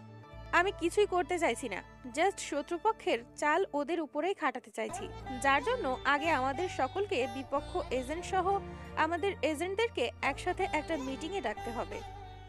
তুমি পারবে আমাদের এজেন্ট আর গুপ্তচরদের আলাদাভাবে চিহ্নিত করতে? হ্যাঁ পারবো, কিন্তু তার জন্য আগে আপনাকে সকল এজেন্টকে এক জায়গায় একত্রিত করতে হবে। পারবেন? হ্যাঁ পারবো। তুমি রেডি হয়ে নাও, ওপরের রুমে তোমার জন্য কিছু কাপড় রাখা আছে, ওগুলো পরে নাও, তোমার জন্য অর্ডার করে বানিয়েছি। তার মানে আমরা মিশনে যাচ্ছি? হ্যাঁ মিশনে যাচ্ছি, কিন্তু তোমার ওপরেই সবটা। আজকে তোমার পরীক্ষা যে কিভাবে তুমি এজেন্টদেরকে নিরাপদে চিহ্নিত করতে পারো। আমি প্রস্তুত। সাব্বির মাথার চুল হাতে ঘোরাতে ঘোরাতে ভাবতে লাগলো, ঈশা কি পারবে আমার এতদিনের সমস্যাটা সলভ করে দিতে? আরও কিভাবে করবে এটা? আর কি কোনো সিক্রেট স্ট্র্যাটেজি আছে নাকি? সাব্বির রুমে গেল সাদামাটা পোশাক পরে আর বেরিয়েও এলো। বাইরে এসে দেখলো যে ঈশাও বসে আছে একেবারে রেডি হয়ে। ঈশাকে এজেন্টদের শুটবুট একেবারে হলিউড মুভির কোনো নায়িকাদের মতন লাগছে। সাব্বির আরও একবার ক্রাশ খেলো, কিন্তু ক্রাশ খেলে হবে না, মিশনে মনোযোগ করতে হবে। আগে মিশন, তারপর ভালোবাসা। কারণ সাব্বিরের উপর অনেক দায়িত্ব, সাব্বিরের উপর দায়িত্ব আছে পুরো এজেন্সির। সাব্বির কি পারবে নিজের দায়িত্ব ঠিকভাবে পালন করতে? আর এজেন্টদেরকে কি ফিরে দিতে পারবে তাদের হারানো ক্ষমতা? এসব ভাবতে ভাবতে কখন যে সাব্বির ঈশার সামনে এসে পড়েছে সাব্বির টেরও পায়নি। এজেন্ট, আপনার বোধ হয় শরীর ভালো না। এটা কোনো হাসার সময় হলো? হাসার সময় না এজেন্ট, আপনি কারোর দিকে চেয়ে পাগলের মতো হাঁটছিলেন। Agent Isha, ji sir. Are you ready for the mission? Yes, I am ready sir. How is the josh? High sir. তো চলুন যাওয়া যাক। ঈশা নর্মাল হলো আর সাব্বিরের পেছন পেছন বাড়ি থেকে হেঁটে বেরোতে লাগলো। তারপর ঈশা বলল, স্যার আমরা কোথায় যাচ্ছি? ঈশা সাব্বিরকে প্রশ্ন করলো পেছন থেকে। সাব্বির ঠোঁট বাঁকা করে হাসি দিয়ে বলল, আমরা এখন যেখানে যাচ্ছি সেখানে তোমাকে অস্ত্র দিয়ে লোড করে দেওয়া হবে। অস্ত্রের ভরে আবার নুয়ে পড়ো না যেন। স্যার হাসলেন কেন? আপনার কি আমাকে দেখে পুষ্টিহীনতায় ভোগা কোনো রোগী মনে হয়? এজেন্ট ঈশা, কুল ডাউন, সব রাগ শত্রুদের জন্য বাঁচিয়ে রাখো। স্যার প্লিজ হাসবেন না, আমার রোহিঙ্গা মনে হয় নিজেকে। আর স্যার আমরা কি হেঁটে হেঁটে যাব? না, এখনই গাড়ি এসে পড়বে। প্রস্তুত থাকো, যে কোনো সময় যে কোনোভাবে অ্যাটাক হতে পারে। এই কথা বলতে না বলতেই গেটের সামনে দুটো কালো রঙের মার্সিডিজ গাড়ি এসে দাঁড়ালো, যেগুলো সামনের প্লেটে লেখা RI। মার্সিডিজ? তো কি বুগাতি বা BMW মনে করেছিলে নাকি? বাংলাদেশে এগুলো চলে না। বাইরের কান্ট্রিতে গেলে সব পাবে, যা চাও দুনিয়ার যা খুশি তাই। কিন্তু মনে রেখো, পরিস্থিতি বুঝে আমাদের ছদ্মবেশ ধারণ করতে হয়। আর তখন রিক্সা আর ভাঙা সাইকেলও চালাতে হতে পারে। তাই একজন এজেন্টের সবসময় প্রস্তুত থাকতে হয়। সাব্বির ঈশাকে বুঝাতে লাগলো গেটের সাথে হেলান দিয়ে। তখনই গাড়ি থেকে 6 জন অস্ত্রধারী কালো স্যুট বুট পরা লোক বাড়িতে আসলো এবং সাব্বিরের সামনে এসে কড়া স্যালুট দিল। ঈশা ভয় পেয়ে গেল এবং ঈশাকেও স্যালুট দিল। স্যুট বুটধারী একজন হাত দিয়ে ইশারা করে বলল, প্রেসিডেন্ট ও ম্যাম, আপনারা গাড়িতে গিয়ে বসুন, এখানে বেশিক্ষণ দাঁড়িয়ে থাকাটা নিরাপদ না। প্রেসিডেন্ট মানে? ইয়েস ম্যাম, আপনি এখানে যার সাথে দাঁড়িয়ে আছেন উনি হচ্ছে আমাদের হনেস্ট প্রেসিডেন্ট, যার কথায় রয়্যালস এজেন্ট উঠে আর বসে।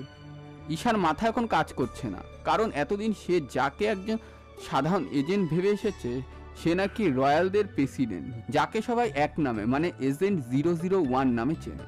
এজেন্ট ঈশা, আজ থেকে তুমি আমার পার্সোনাল সেক্রেটারি। আর আমার ব্যাপারে ভেবে চিন্তিত হওয়ার কোনো কারণ নেই। আমি একজন সাধারণ মানুষ, ঠিক আছে? মিশনে কনসেন্ট্রেট করো।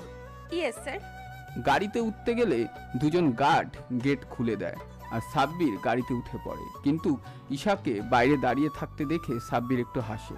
সাব্বির গাড়ির ভেতর থেকে ঈশাকে ইশারায় বলে, ঈশা ভেতরে এসে বসে পড়ো, গাড়িটা বেশিক্ষণ এখানে দাঁড়াবে না। ঈশা একটু নার্ভাস ফিল করছে। স্যার আমি আপনার সাথে? হ্যাঁ আমার সাথেই। কেন, অন্য কারোর সাথে যাওয়ার মতলব আছে নাকি? সাব্বির একটু হেসে তামাশা করে বলল কথাটা। এখনো ঘরের মধ্যে রয়েছে, কারণ সে যার সাথে এতদিন একই ছাদের নিচে ঘুমিয়েছে খেয়েছে সে নাকি এজেন্ট 001। এটা কি মানা যায় এত সহজে?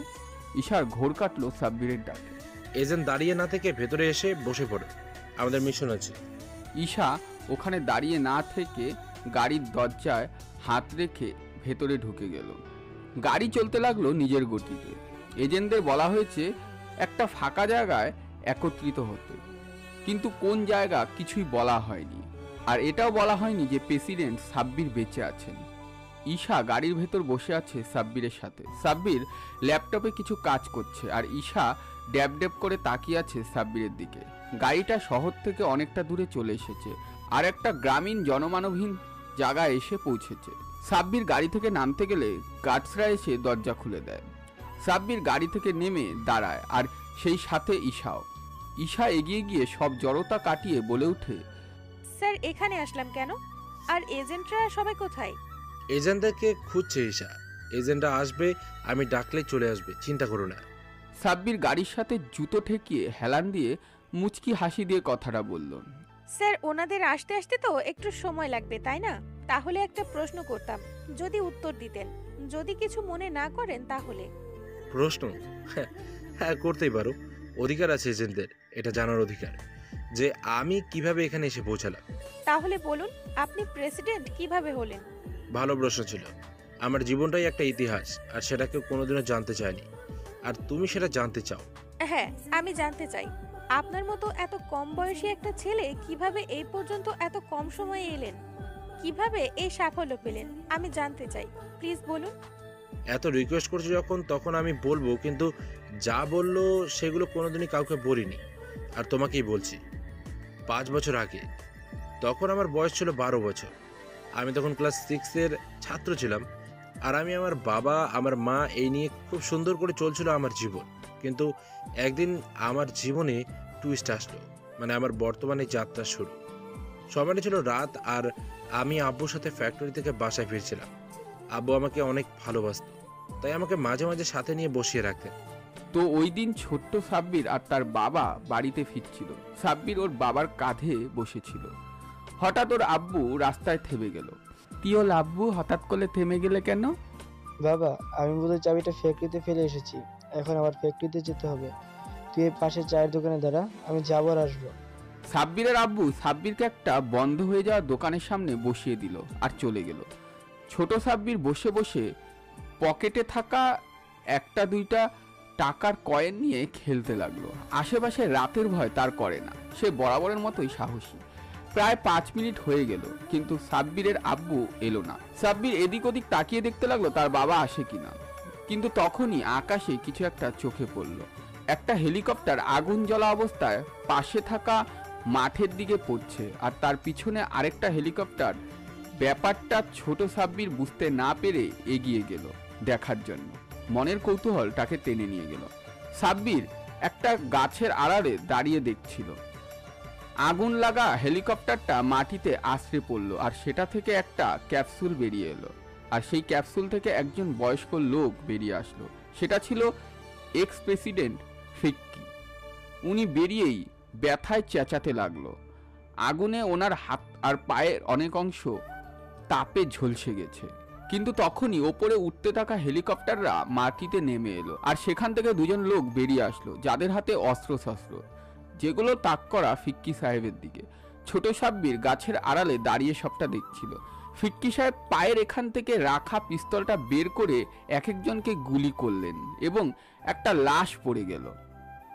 বাকি রইল আরেকজন, যার দিকে ফিক্কি সাহেব যেই বন্দুক তাক করতে যাবে তার আগেই একটা গুলি চালালো, যেটা ফিক্কি সাহেবের হাতে থাকা পিস্তলে এসে লাগলো, আর সেটা ছিটকে এসে সাব্বিরের পায়ের সামনে পড়ল।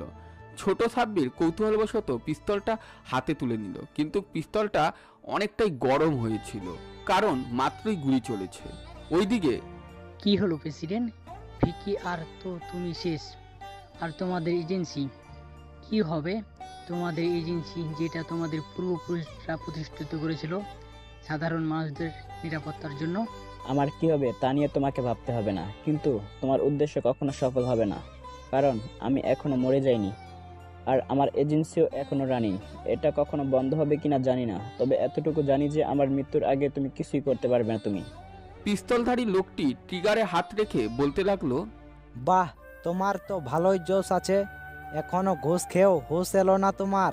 যদি বাঁচতে চাও তো এই যে কন্ট্রাক্ট আছে এটাতে সাইন করে দাও, আর রয়্যালস এজেন্সির সমস্ত সম্পত্তি আমাকে লিখে দাও।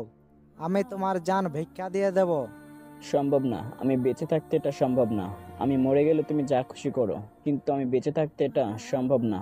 তাহলে মর। এই বলেই গুলি চালালো বন্দুকধারী, কিন্তু গুলিটা মিস করলো, কারণ তার আগে আরেকটা গুলি চলেছে, যেটা তার মাথায় এসে লাগে। ফিক্কি সাহেব অবাক হয়ে যায় ঘটনার আকস্মিকতায়। বন্দুকধারী মাটিতে লুটিয়ে পড়ল, আর তার পিছনে দেখা গেল একটা ছোট্ট বাচ্চা, যার হাতে ছোট পিস্তল আর চোখে ছিল খুনের নেশা। সেটা আর কেউ ছিল না, সেটা ছিলাম আমি। এটা বলে সাব্বির হাসতে লাগলো। ঈশা কৌতূহল গলায় ঘামাত্ম মুখ নিয়ে বলল, স্যার তারপর কি হলো? কিভাবে আপনি এখানে এলেন সেটা বললেন না তো? সাব্বির ভয়ানকভাবে হাসতে হাসতে বলতে লাগলো, বললে বলবো, এত পরেশান হওয়ার কিচ্ছু নেই। যেটা শুরু করেছি সেটা শেষ করব, গল্প শেষ করব, আর শত্রুকেও। ঈশা কৌতূহলী গলায় ঘামাত্ম মুখ নিয়ে বলল, এই আপনি কি ভিলেন নাকি হিরো? আপনি এভাবে হাসছেন কেন? আমার কেমন যেন লাগছে। ভয় পেও না, আমি ভিলেন না, আর না কোনো হিরো। আমি হিরোইক ভিলেন। হিরোইক ভিলেন বলতে বুঝলাম না ঠিক, বুঝিয়ে বলেন। আমি পাপীদের জন্য ভিলেন, আর মাসুম নির্দোষদের জন্য ফেরেশতা। বুঝলাম, কিন্তু এখন আমাকে গল্পের বাকি অংশটা বলতে হবে। তারপর কি হলো সাব্বিরের? বলছি এজেন্ট ফিক্কি মানে তৎকালীন রয়্যালস প্রেসিডেন্ট বাচ্চা সাব্বিরের দিকে আহত শরীর নিয়ে এগিয়ে আসলেন। সাব্বিরকে পা থেকে মাথা পর্যন্ত আপাতমস্তক একবার দেখে নিলেন। কে তুমি বাবা? আর আমার জীবন বাঁচালে কেন? আঙ্কেল, বাঁচানোর কোনো তো কারণ হয় না, মানুষ বলতেই মানুষের জন্য। আব্বু বলে কথাটি, তাই আপনাকে ওইভাবে দেখে আমি নিজেকে আটকে রাখতে পারলাম না। কিন্তু বাবা, তুমি এত রাতে এই নির্জন পথে একা কি করছো? তোমার সাথে কেউ নেই? আছে তো, আমার আব্বু আছে। উনি ফ্যাক্টরিতে গেছেন চাবি আনতে। ওনার জন্যই অপেক্ষা করছি, উনি এলেই তোলে দেবো। ও, তো তোমার নাম কি আর পড়াশোনা করো? আমার নাম থাব্বির। আরে হ্যাঁ আঙ্কেল, আমি ক্লাস 6-এ পড়ি। আমার বয়স 12। এই নাও, এই কার্ডটা রাখো। জীবনে যে কোনো প্রয়োজন আমাকে একবার স্মরণ করো, পাশে পাবে। প্রয়োজন যত বড় বা ছোট হোক না কেন, আমি সর্বদা তোমার পাশে আছি। তোমাকে শুধু এই কার্ডে লেখা নাম্বারে ফোন দিতে হবে আর বলতে হবে দুনিয়া। পুরো দুনিয়া তোমার হাতের মুঠোই পাবে। এজেন্ট ফিক্কি এটা বলে সাব্বিরের পকেটে কার্ডটা ঢুকিয়ে দিল আর পিস্তলটা নিয়ে নিজের পকেটে ঢুকিয়ে রাখলেন। তখনই দুইটা হেলিকপ্টার দেখা গেল আকাশে, যেগুলো মুহূর্তে মাটিতে ল্যান্ড করলো এবং হেলিকপ্টার থেকে শুট বুট আর অস্ত্রধারী কিছু লোক বেরিয়ে আসলো ফিক্কি সাহেবের কাছে। স্যার, আপনি ঠিক আছেন তো? আমরা তো ভেবেছিলাম আপনাকে আজকে হারাতে হবে। Agents, cool down. আমার কিছুই হয়নি। এই ছেলে আমার জীবন বাঁচিয়েছে। এই পুষ্কো ছেলে আপনার জীবন বাঁচিয়েছে? বয়স দিয়ে কাউকে পরিমাণ করো না। ও একা হাতে পিস্তল চালিয়েছে আর আমাকেও বাঁচিয়েছে। ওকে স্যার, মানলাম। এখন চলুন, আমাদের যেতে হবে। আশপাশ জঙ্গল দেখে এখনো কেউ আসেনি, কিন্তু কেউ আসবে না তার কোনো গ্যারান্টি নেই। চলুন স্যার, আমাদের এক্ষুনি যেতে হবে। হ্যাঁ চলো, লাশটাকে সাথে নাও। আর সাব্বির, মনে রেখো, এই কথা কোনোদিন কাউকে বলবে না। এটাও বলবে না আজ রাতে কি কি দেখেছো। আর আমার দেয়া কার্ডটা যেন মনে থাকে। আমি অপেক্ষায় থাকবো। এই বলে ফিক্কি সাহেব হেলিকপ্টারে উঠে চলে গেলেন। যাওয়ার সময় সাব্বিরের দিকে একবার তাকিয়ে গেলেন। ওনারা চলে যেতেই সাব্বির ওর বাবার ডাক শুনতে পায়। সাব্বির, সাব্বির, কোথায় তুমি? বাবা, আমি এইখানে, এই যে এখানে। তুমি এখানে কি করছো বাবা? আর এই আগুন কিসের? কিছু না আব্বু, ওই যে আমাদের একটা হেলিকপ্টার ওখানে এসে ক্র্যাশ করে, ওটাই। তাহলে তো এখনই কাউকে খবর দিতে হয়। না আব্বু, কাউকে খবর দেওয়ার প্রয়োজন নেই। ভেতরে যারা ছিল তাদেরকে আরেকটা হেলিকপ্টার এসে নিয়ে গেছে। ও, তাহলে তো হলোই। চলো বাসায় যাওয়া যাক। তুমি ভয় পাওনি তো? না না বাবা, আমি ভয় পেতে যাব কেন? আমি তো তোমারই সাহসী ছেলে। এই ঘটনার 6 বছর পর কোনো এক সন্ধ্যায় সাব্বির এই বছর কলেজে ভর্তি হয়েছে। এই কয়েক বছরে সাব্বির কোনো রকমে কেটেছে, কিন্তু সাব্বিরের কেন যেন মনে হচ্ছে জীবনের কোনো থ্রিল নেই। সাব্বিরের আজকে অনেক করে মনে পড়ছে সেদিন রাতের কথা, সেই মার্ডারের কথা আর এজেন্ট ফিক্কির দেওয়া সেই কার্ডের কথা। কার্ডটা সাব্বির ল্যামিনেশন করে রেখে দিয়েছে সাব্বিরের হাতে। এখন সে কার্ডটি নিয়ে তার ভাঙাচোরা মোবাইল দিয়ে সেই নাম্বারটি ডায়াল করতে লাগলো। ওপাশ থেকে কেউ একজন ফোন রিসিভ করলো। শুভ সন্ধ্যা। রয়্যালস এজেন্সির তরফ থেকে আপনাকে কী ধরনের সেবা প্রদান করতে পারি? একজন ভদ্রমহিলা মিষ্টি গলায় বলল কথাগুলো। সাব্বির মনে মনে ভাবছে কি চাইবে, কারণ ফিক্কি আঙ্কেলের বলা মতে সাব্বির যা চাইবে তাই পাবে। ধন দৌলত প্রাচুর্য সব পাবে, খালি চাওয়ার অপেক্ষা। কি হলো স্যার, বলুন, আপনাকে কিভাবে সাহায্য করতে পারি? আমি একজনের সাথে দেখা করতে চাই। কার সাথে দেখা করবেন বলুন? কোন সেলিব্রিটি? জি না, আমি তার সাথে দেখা করতে চাই যে আমাকে এই কার্ডটা দিয়েছে, যেটাতে এই সংস্থার নাম লেখা।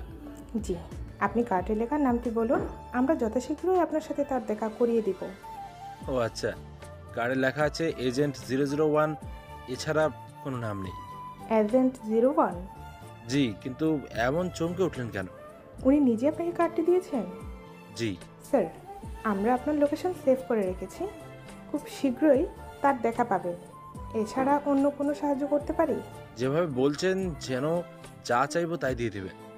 বলুনই না যে আপনার কি লাগবে।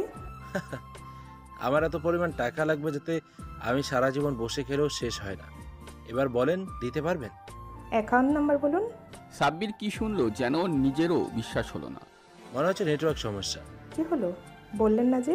স্যার, আমি আপনার ব্যাংক অ্যাকাউন্ট নাম্বার চেয়েছি। মজা করছেন তাই না?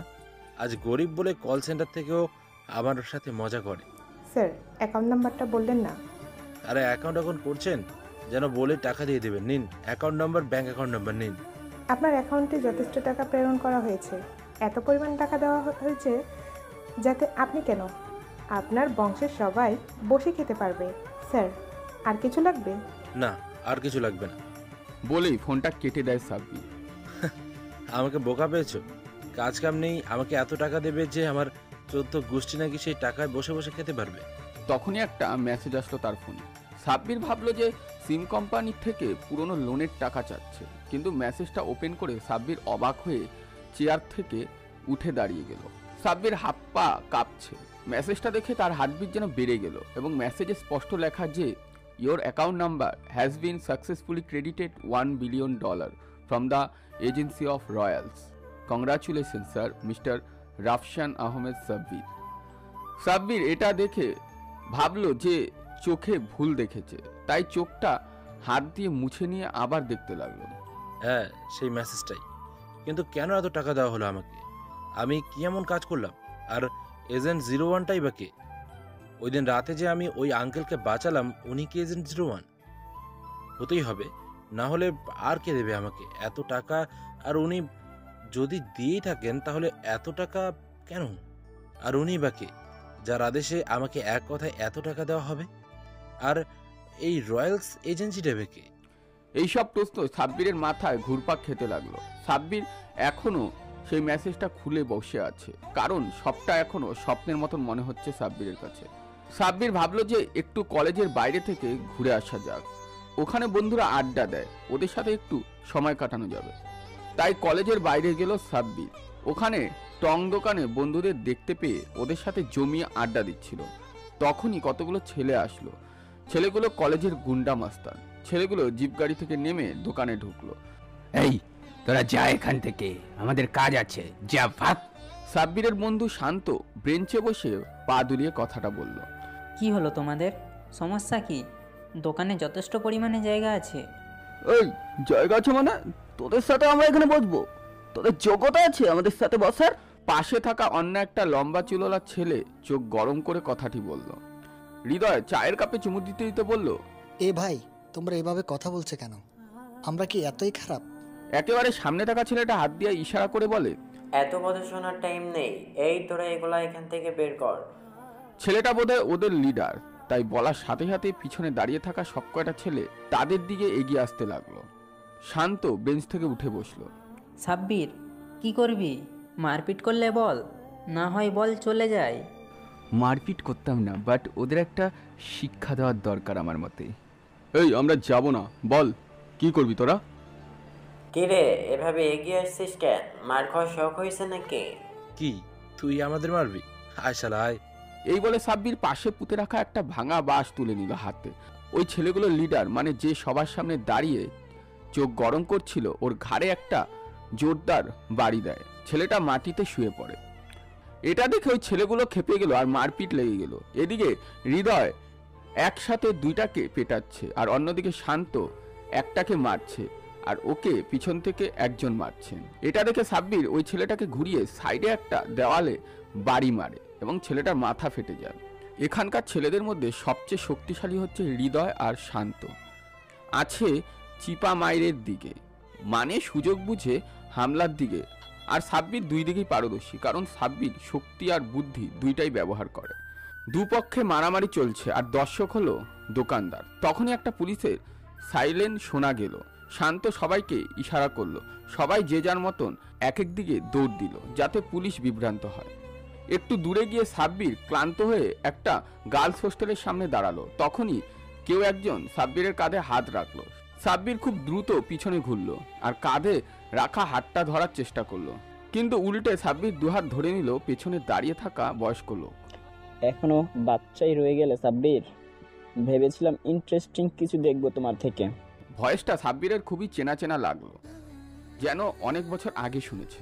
সাব্বির পিছনে ঘোরার চেষ্টা করছে, কিন্তু পারছে না, কারণ হাত যেভাবে ধরে রাখা মোচড় দিলেই খুলে আসবে। কে আপনি বলুন তো? আপনার কণ্ঠটা কেমন যেন চেনা চেনা মনে হচ্ছে। আমি কি আগে কখনো আপনার সাথে পরিচিত হয়েছি? আমাকে ভুলে গেলে বাচ্চু? আমি তো সেই লোক যে তোমাকে তোমার হাতে দুনিয়া তুলে দিয়েছিলাম। আপনি কি তাহলে ওই দিন রাতের লোকটা? কি যেন আপনার নাম, এজেন্ট 001? সাব্বির কৌশলে ওই লোকটার কাছ থেকে নিজের হাতটা ছুটিয়ে নেয় এবং ওনার মুখোমুখি হয়ে কথাটি বলল। সাব্বির ঘুরতেই দেখতে পেল একজন বয়স্ক লোক দাঁড়িয়ে আছে, যার চেহারা দেখে বোঝা যায় না যে বয়স্ক, কিন্তু এটা দেখে মনে হবে যে কোনো পেশাদার মদখোর। হুশ, এভাবে পাবলিকে নাম উচ্চারণ করো না, আমাদের উপর বিপদ ডেকে আনবে তুমি। আচ্ছা বললাম না তো, এটা বলেন আপনি এইরকম হয়ে গেছেন কেন? কি রকম? এই যে মদখোর টাইপের। সাব্বির মুখে হাত দেয়, কারণ ওনার মুখ থেকে মদের গন্ধ আসছে। আর বলো না, জীবনে শান্তি নেই, খালি মিশন আর মিশন, কখনো এই দেশ কখনো ওই দেশ। আর এই এজেন্টদেরকে কাজ বুঝিয়ে দেয়া, এদেরকে নিরাপদে সেফ হাউসে পাঠানো অনেক দায়িত্ব পূরণ কাজ। আর এই কাজের মধ্যে কখনো স্যাটিসফ্যাকশন পাই না, কারণ আমি তো প্রেসিডেন্ট, আর প্রেসিডেন্টরা তো মিশনে যেতে পারে না। থাক, তুমি এত বুঝবে না তো বলো আমাকে কেন স্মরণ করেছো?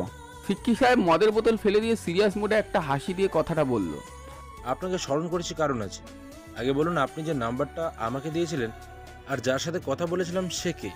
ও, ওটা তোমার পার্সোনাল সেক্রেটারি। ও আচ্ছা, আমি যে ওনাকে মজা করে বললাম আমাকে এত টাকা দিতে যে আমার বংশের মানে 14 গোষ্ঠীর সবাই বসে খেতে পারে, আর উনিও মনে হয় টাকা পাঠিয়ে দিলেন। এটা কি আসলেই হয়েছে? হ্যাঁ, আমি তো দিয়েছি টাকা, প্রায় $1 বিলিয়ন দিয়েছি। বাংলাদেশি কারেন্সিতে যা দাঁড়ায় প্রায় 85 বিলিয়ন টাকা বা 80,500 কোটি টাকা। তুমি চেয়েছো, আমি দিয়েছি। এটা ধরে নাও আমার জীবন বাঁচানোর জন্য একটা গিফট। এত টাকা? আমার মাথাটা কেমন যেন ঘুরছে। টাকা দিয়েছি, এখন তুমি কি করবে? তোমার ব্যাপারে আমাকে ডেকেছো কেন সেটা বলো। আমি আপনার মতো হতে চাই। এজেন্ট হতে চাও রয়্যালসদের? আমিও আপনাদের মতো সবার সেবা করতে চাই। তোমাকে এজেন্ট হতে হলে অনেক ত্যাগ স্বীকার করতে হবে, পারবে? হ্যাঁ পারবো। আমার জন্ম এই স্বাভাবিক জীবনের জন্য না, আমি অস্বাভাবিক কিছু করতে চাই। আচ্ছা, এই নাও, এই কার্ডটা রাখো। কালকে চলে এসো এখানে আর বলো যে রাজকীয়তা কেবল রাজাদের না। এটা কি কোনো কোড? সেটা তুমি গেলেই দেখতে পাবে। এই বলে ফিক্কি সাহেব পকেট থেকে আরেকটা মদের বোতল বের করে বোতল খুলে মুখ লাগিয়ে যেই উঠাতে যাবে, সামনে দিয়ে একটা ছেলে যাচ্ছিল, ওর সাথে ধাক্কা লেগে মদের বোতলের মদ ওর শরীরে পড়ে গেল। এই শালা মদখোর, দিন দুপুরে মদ খাস, আমার শার্ট আর প্যান্টার 12টা বাজিয়ে দিয়েছিস, তোকে তো আমি। এই বলে যেই ফিক্কি সাহেবের গালে আঘাত করতে যাবে, সাব্বির উঠে দাঁড়ালো। ফিক্কি সাহেব সাব্বিরকে ধাক্কা দিয়ে বসিয়ে দিলেন আর একটা ঘুষি মারলেন ছেলেটার মুখে। ছেলেটা মুখ থুবড়ে মাটিতে শুয়ে পড়ল। পোলাপান মানুষ আসে আমার সাথে লাগতে। এই বলে ফিক্কি সাহেব পকেটে হাত ঢুকিয়ে হাঁটতে হাঁটতে গায়েব হয়ে গেলেন। কি জিনিস রে বাবা! উনি চলে গেলেন আর সাব্বির বাসায় চলে আসলো। পরদিন উনার দেওয়া ঠিকানা সামনে দাঁড়িয়ে আছে সাব্বির। তখনই কিসের যেন হর্ন শুনতে পেল। তাকিয়ে দেখলো যে একটা গাড়ি সাব্বিরের দিকে এগিয়ে আসছে। সাব্বির রাস্তা থেকে সরে যেতে নিলে গাড়িটার দরজা খুলে সাব্বিরকে টেনে ভিতরে নিয়ে নিল। সাব্বিরের আর কিছু মনে নেই। তখনই চোখ খুলে দেখলো তাকে চেয়ারের সাথে বেঁধে রাখা হয়েছে। কে তোমরা? হ্যালো, কেউ আছো? আমাকে বেঁধে রেখেছো কেন? কি হলো? বেঁধে রেখেছি কারণ আছে। কি কারণ? আমি কি ক্ষতি করেছি আপনাদের? এত কথা বলিস কেন, চুপ থাক। এই বলে সাব্বিরকে পেটাতে লাগলো কয়েকজন। সাব্বিরের মাথায় পিস্তল ঠেকানো হলো। বল, ফিকিকে চিনিস? ক্ষিপ্ত গলায় পিস্তলের ট্রিগার হাতে রেখে কথাটি বলল। কে ফিক্কি না টিক্কি? আমি চিনি না। সাব্বির মিথ্যা বলল, কারণ এজেন্সির কথা কাউকে বলা নিষেধ, সেটা নিজের মা বাবা বা ভাই বোন হোক না কেন। রয়্যাল এনজি সম্পর্কে জানিস না? তোর সাথে না গতকাল ফিক্কি দেখা করেছে? আরে আমি চিনি না বললাম তো। আমি রয়্যাল টয়েল সিগারেট কোম্পানি সম্পর্কে কিচ্ছুই জানি না। আমাকে ছেড়ে দিন, আর জানলেও বলবো না। মশরামশরি বাদ দে, এখন মর। এই বলে পিস্তলটাকে সাব্বিরের মাথায় চেপে ধরে এক্ষুনি গুলি চালাবে। সাব্বির চোখ বন্ধ করে নিল আর একটা গুলি চললো, কিন্তু সেটা সাব্বিরের মাথায় চললো না, সেটা চলেছে আকাশে। কি হলো? আমাকে মারলেন না যে? এত মৃত্যুকে ভয় না বস, একে তো এজেন্ট বানানোই যায়। তখনই আশেপাশে সবই লাইট একেবারে জ্বলে উঠল আর বিশাল কক্ষটা প্রায় 10 থেকে 15 জন লোক দেখতে পেল, যাদের দেখলে সাব্বিরের টপ ক্লাসের এজেন্ট মনে হয়।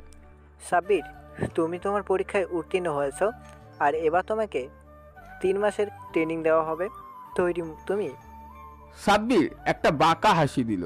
এবার সাব্বিরের স্বপ্ন সত্যি হবে আর জীবনটাও একটু এন্টারটেইনিং হবে।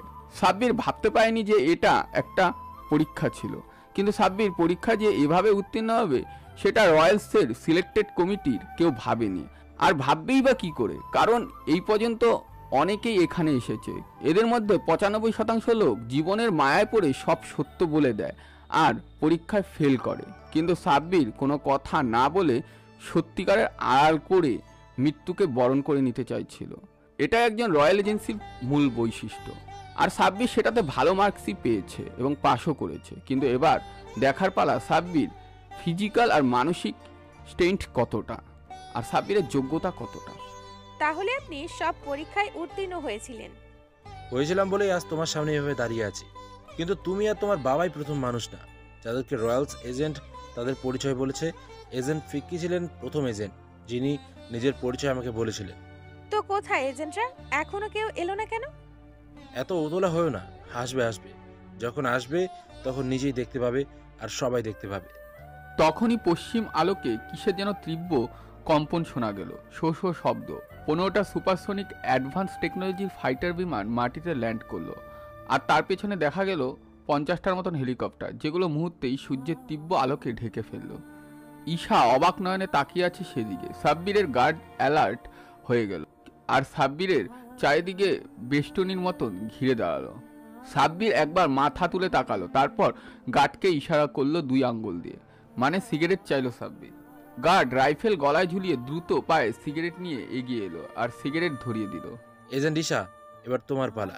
দেখি তুমি কি করো, তোমার প্ল্যান কি? অন্যথায় আমার প্ল্যান বি রেডি আছে। ঈশা এখনো তাকিয়ে আছে ওই দিকে। সাব্বিরের কথা ঠিকই শুনেছে। হেলিকপ্টার আর বিমান থেকে সুটবুটধারী রয়্যাল এজেন্টরা বেরিয়ে এলো, যারা বিভিন্ন দেশের এজেন্সির কাজে নিয়োজিত। কেউ রাশিয়ার, কেউ আমেরিকার, কেউ ফ্রান্স, ইতালি, জার্মানি, চায়না ইত্যাদি দেশ থেকে এজেন্সিরা কাজ করে। মানে এক কথায় বলতে গেলে সারা দুনিয়ার বিভিন্ন ধরনের লোক এখানে হাজির হয়েছে তাদের প্রেসিডেন্টের কথায়। সবাই সাব্বিরের সামনে পিটিতে দাঁড়ানোর মতন সিরিয়ালি দাঁড়ালো আর কড়া স্যালুট জানালো। মাটিটা কেঁপে উঠলো আর ধুলো উঠতে লাগলো। সাব্বির কানে ব্লুটুথ লাগিয়ে বলতে লাগলো, এজেন্টস, আমি তোমাদেরকে এখানে ডেকেছি একটা বিশেষ কারণে, আর সেটি হলো গিয়ে তোমাদের মধ্যেকার পোকা মানে স্পাইগুলোকে ধরতে।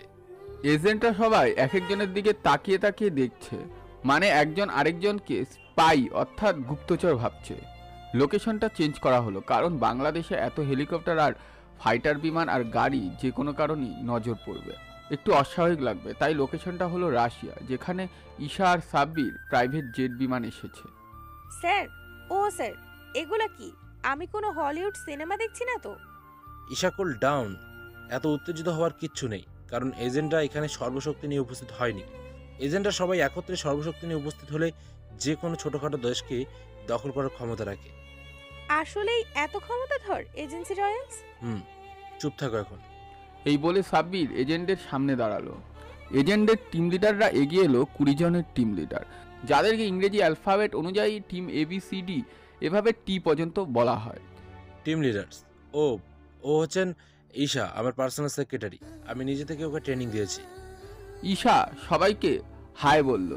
স্যার, আমরা আপনার উদ্দেশ্যে অবগত হলাম, কিন্তু মেথডটা কি? মানে কোন কৌশলে আপনি ওদেরকে চিহ্নিত করতে চাইছেন? ঈশা, ইউমে। এই বলে ঈশাকে সামনে আসতে বলল সাব্বির। তো টিম লিডার্স, আমি এখনো এজেন্টদের ততটা ভালো করে চিনি না। বলতে গেলে আমি 2-1 জনের নাম ছাড়া কাউকেই চিনি না।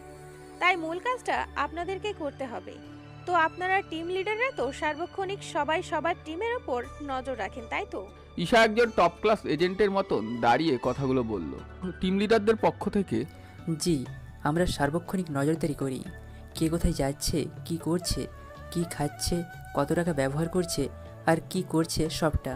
তাহলে আমি বেশি কিছু জিজ্ঞাসা করব না, শুধু এতটুকু জিজ্ঞেস করব যে এই 980 জনের মধ্যে থেকে কাদের গতিবিধি আপনাদের কাছে সন্দেহজনক মনে হয়েছে? ঈশা পকেটে হাত ঢুকিয়ে ডিটেকটিভদের মতন করে বলল। টিম লিডাররা সাব্বিরের কাছ থেকে অনুমতি চেয়ে একটু সাইডে গিয়ে দাঁড়ালো আর কথা বলতে লাগলো। টিম লিডাররা প্রায় 4 মিনিট কথা বলল, তারপর একটা লিস্ট বানিয়ে ঈশার দিকে এগিয়ে দিল। ম্যাম, এই কজনের উপর এরা কয়েকবার অস্বাভাবিক আচরণ করেছে মিশন চলাকালীন, আর এদের মধ্যেকার কয়েকজনের কাছে স্যাটেলাইট ফোন পাওয়া গেছে। স্যার, আমার কাজ শেষ। এই কয়েকজনকে একটু তেল মালিশ দিলেই এদের মধ্যেকার স্পাইরা বেরিয়ে আসবে। Good, but not done. এজেন্টরা যাদের নাম এই লিস্টে আছে এগিয়ে আসো। এজেন্টরা সাব্বিরের কথা মতন এগিয়ে এলো। প্রায় 20 জনের ওপর এই অপারেশন করেছে টিম লিডার। ঈশা সাব্বিরের দিকে প্রশ্ন ছড়িয়ে দিল। স্যার কি এখানেই জিজ্ঞাসাবাদ করবেন? এত প্রশ্ন করো কেন? দেখাই না কি করি। এই বলে সাব্বির বলতে লাগলো, তোমরা পুরুষেরা পুরুষ আর মহিলারা মহিলাদের কাছে চেক করো, দেখো এইরকম কোনো চিহ্ন খুঁজে পাও কিনা।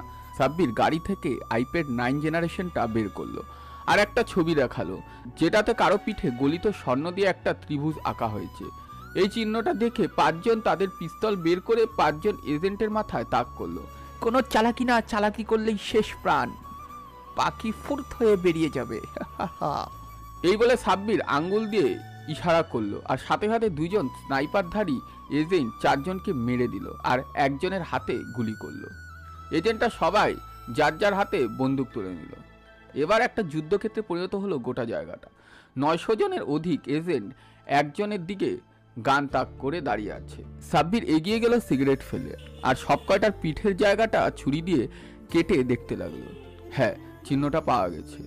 লিডারে, এই স্পাইটাকে এখান থেকে নিয়ে যাও। খুব সাবধানে, ও আমাদের তুরুপের ত্রাস। ওকে দিয়েই আমরা আমাদের শত্রু এজেন্সির সর্বনাশ ডেকে আনবো। আর এজেন্টরা?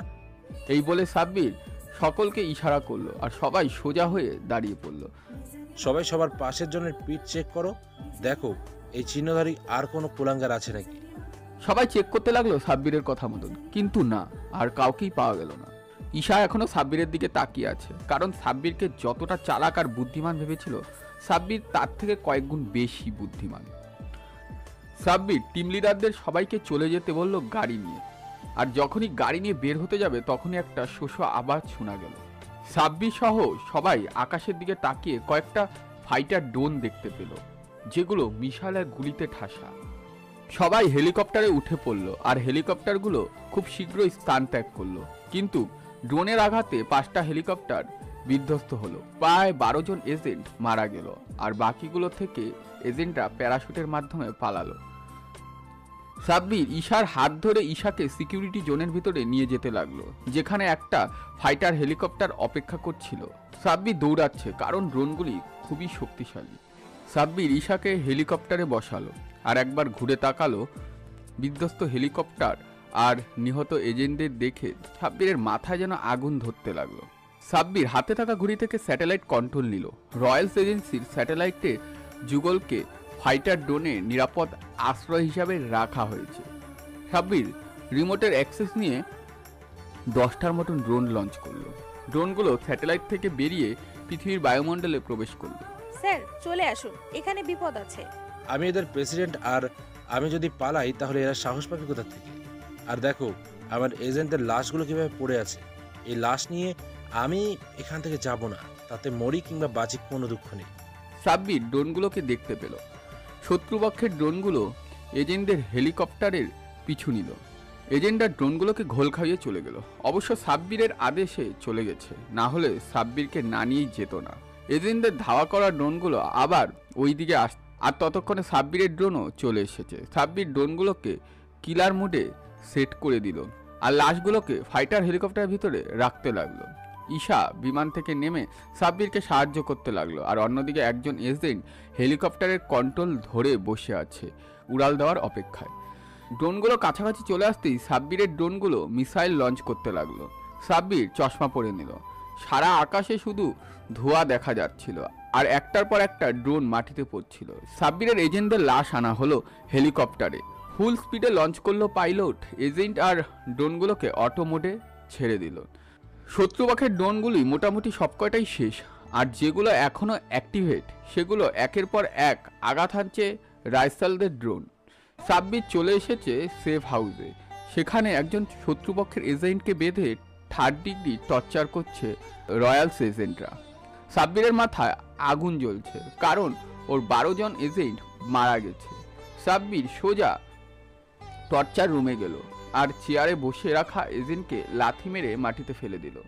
বল শালা, তোর বসকে বল, না হলে তোর জীবনটাকে জাহান্নাম বানিয়ে দেব। আর ভাবিস না যে ওই এজেন্সির জন্য জান দিয়ে শহীদ হবি, কারণ তুই মরলে মরবি, সাথে তোর পরিবারও মরবে। আজ তোদের লিক হওয়া খবরের জন্য আমার 12 জন এজেন্ট মারা গেছে, পারবি ওদের প্রাণ ফিরিয়ে দিতে? সাব্বির রেগে টেবিলে ঘুষি মারছিল আর কথাগুলো বলে, আমি একজন সাধারণ এজেন্ট, কিন্তু বিশ্বাসঘাতক বা মির্জাফর নই যে আমার এজেন্সির সাথে নয় করব। আমাকে যতই মারো, এজেন্ট 1 আমার কাছ থেকে কখনো কোনো তথ্য পাবে না।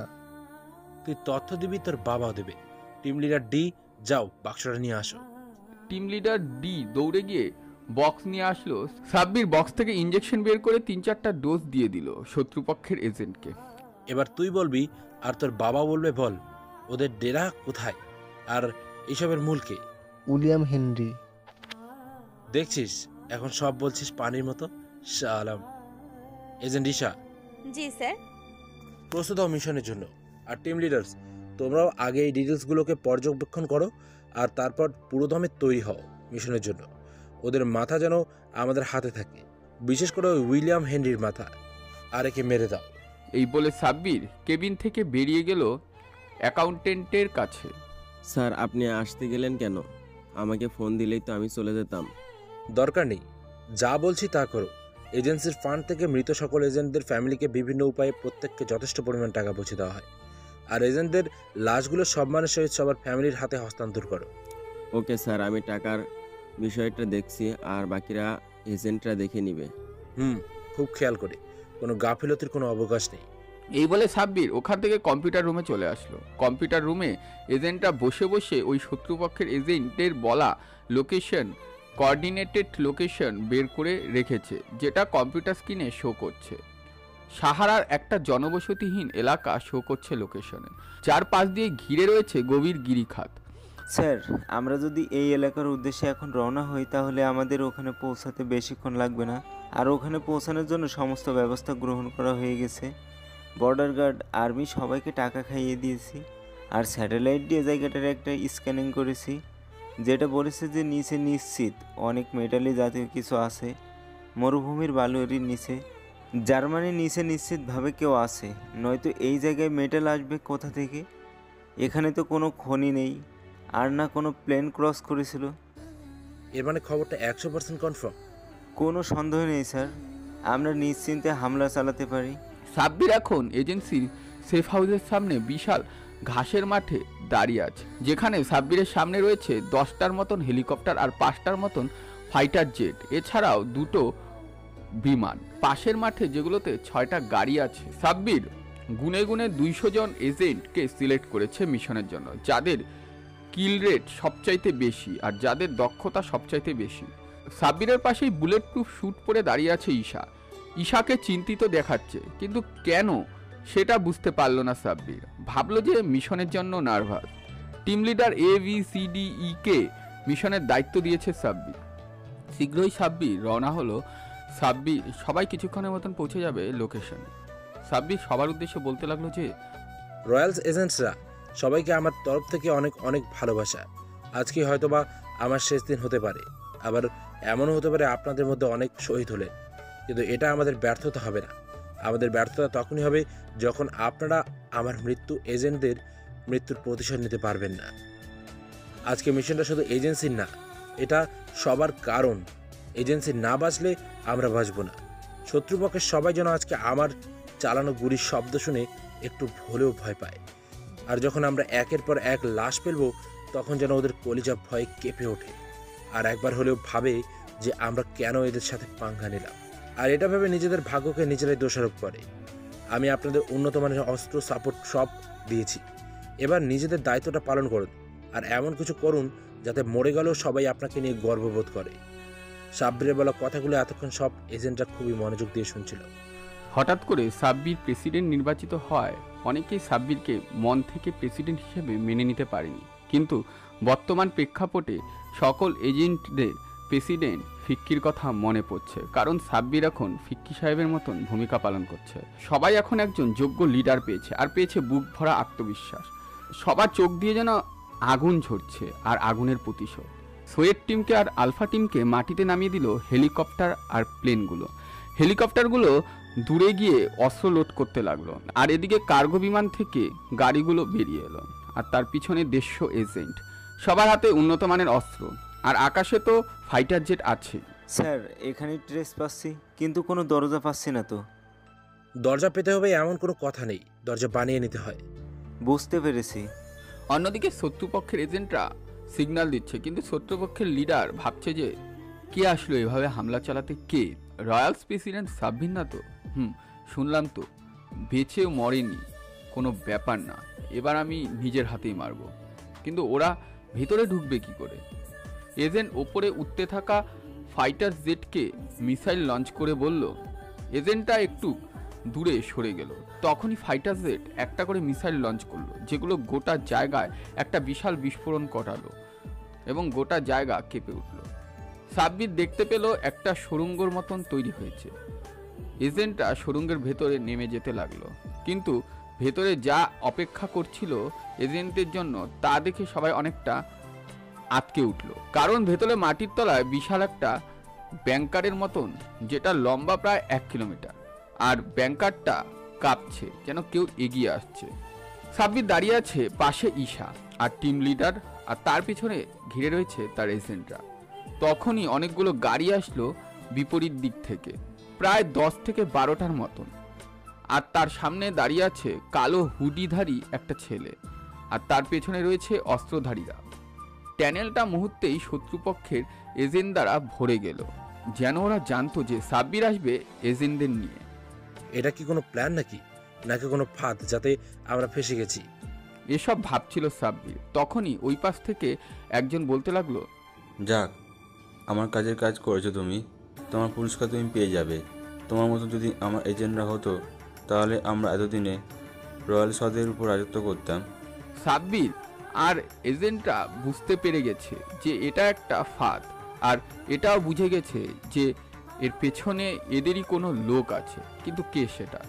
সাব্বির এসব ভাবছে, তখনই ঈশা বেরিয়ে এলো সামনে আর হাসতে লাগলো। বস, এদেরকে ভালোই ঘোল খাওয়ালাম তাহলে। আপনার মাথায় যে এত ব্রেন! আরে তখন যদি মারতাম, তাহলে সাব্বিরকে একাই মারতে পারতাম, এই এজেন্টরা আমার হাতে আসতো না, আর ওদেরকে মারতে পারতাম না। সাব্বির আর এজেন্টরা যা বুঝার বুঝে গেছে, এইসব ঈশার কাজ। কিন্তু কেন? এর মানে কি সাব্বির ওখান থেকে বাঁচানো সহ সবটাই একটা প্ল্যান ছিল? আর ঈশা কি তাহলে শত্রুপক্ষের এজেন্ট? ঈশা, তুমি?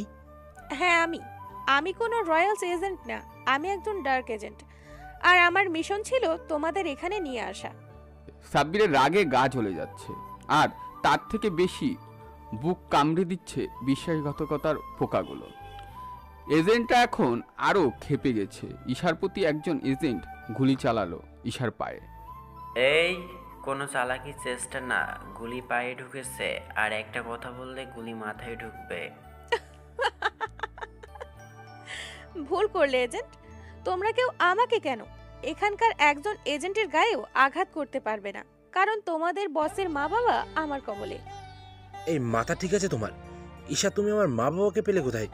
কেন, সেফ হাউসে রেখেছিলে না? ওদেরকে ওখান থেকেই কিডন্যাপ করেছি। কি দরকার ছিল এসবে? আর এই বিশ্বাসঘাতকরা আমাকে মারার যখন ছিল, তখনই মেরে দিতে পারতো, অন্তত আমার এজেন্টটা তো বেঁচে যেত। সরি সাব্বির। স্যার, ওর মাথা গেছে, ও একটা পাগল যে আমার মাথা নষ্ট করছে, মন চাইছে এক্ষুনি গুলি করে মেরে দিই। একদম চালাকি করার চেষ্টা করবে না, করলেই তোমার প্রেসিডেন্টের আব্বু আম্মু শেষ। তোমার সকল এজেন্টদের অস্ত্র ফেলে দিতে বলো সাব্বির, নাহলে এই যে ওনাদের ঘিলু এখনই বের করে ফেলবো। এই বলে সাব্বিরের আব্বু আম্মুকে সামনে নিয়ে আসলো হেনরি। স্যার, এখন কি করব বলুন? সাব্বির এজেন্টের কানে কানে কি যেন বলল। এজেন্ট বুঝে গেল কি করতে হবে। কি হলো, কথা বলছো না কেন? এই বলে সাব্বিরের দিকে এগিয়ে আসতে লাগলো হেনরি। হেনরির হাতে বন্দুক, যাতে গুলি লোড করা। এজেন্টরা সবাই নিজেদের মধ্যে সাব্বিরের বলা কথাটা ছড়িয়ে দিয়েছে। সাব্বির হেনরির কাছে পৌঁছতেই হেনরি সাব্বিরকে বুকে একটা গুলি করলো। সাব্বির ছিটকে পেছনে গিয়ে পড়ল। এজেন্টটা নিরুপায় হয়ে দাঁড়িয়ে আছে অস্ত্র হাতে নিয়ে। সাব্বির উঠে দাঁড়ালো আর আবারও এগোতে লাগলো। এবার আরেকটা গুলি করলো, যেটা সাব্বিরের পায়ের কাছে হেনরির। ঈশা সাইডে দাঁড়িয়ে পকেটে হাত ঢুকিয়ে হাসছে, যেগুলো সাব্বিরের কানে বিষের মতন লাগছে। সাব্বির হেনরির কাছে পৌঁছতেই হেনরি সাব্বিরের মাথায় বন্দুক ধরলো আর সাব্বিরকে মারার জন্য ট্রিগারে হাত রাখলো। এজেন্টরা অনেকে বন্দুকে হাত দিয়ে দাঁড়িয়ে আছে ফায়ার করার জন্য, কিন্তু পারছে না। এবার তোকে মারবো, তারপর এজেন্টদের, তারপর তোর বাবা মাকে। তুই উপর থেকে সবটা দেখবি। সেটা এখনই দেখা যাবে। এবারে আমি পায়ে গুজে রাখা পিস্তল বের করে ঈশার গলায় গুলি চালাই। ঈশা গলায় হাত দিয়ে দাঁড়িয়ে বসে পড়ল, গলা থেকে ফিনকি দিয়ে রক্ত পড়তে লাগলো। আবার সাব্বির হেনরির হাত থেকে পিস্তলটা নিয়ে হেনরিকে একটা জোরে লাথি মেরে রয়্যালস এজেন্টের কাছে পৌঁছে দেয়। নে এবার মার আমার বাবা মাকে। বাহ, ভালোই গেম খেললি। তুই তো আসলে একটা জিনিস, কিন্তু ভুলে যাস না তোর মা বাবা কিন্তু এখনও ওই পাশে, আর ওই পাশে লোকগুলো তোর বন্ধু না।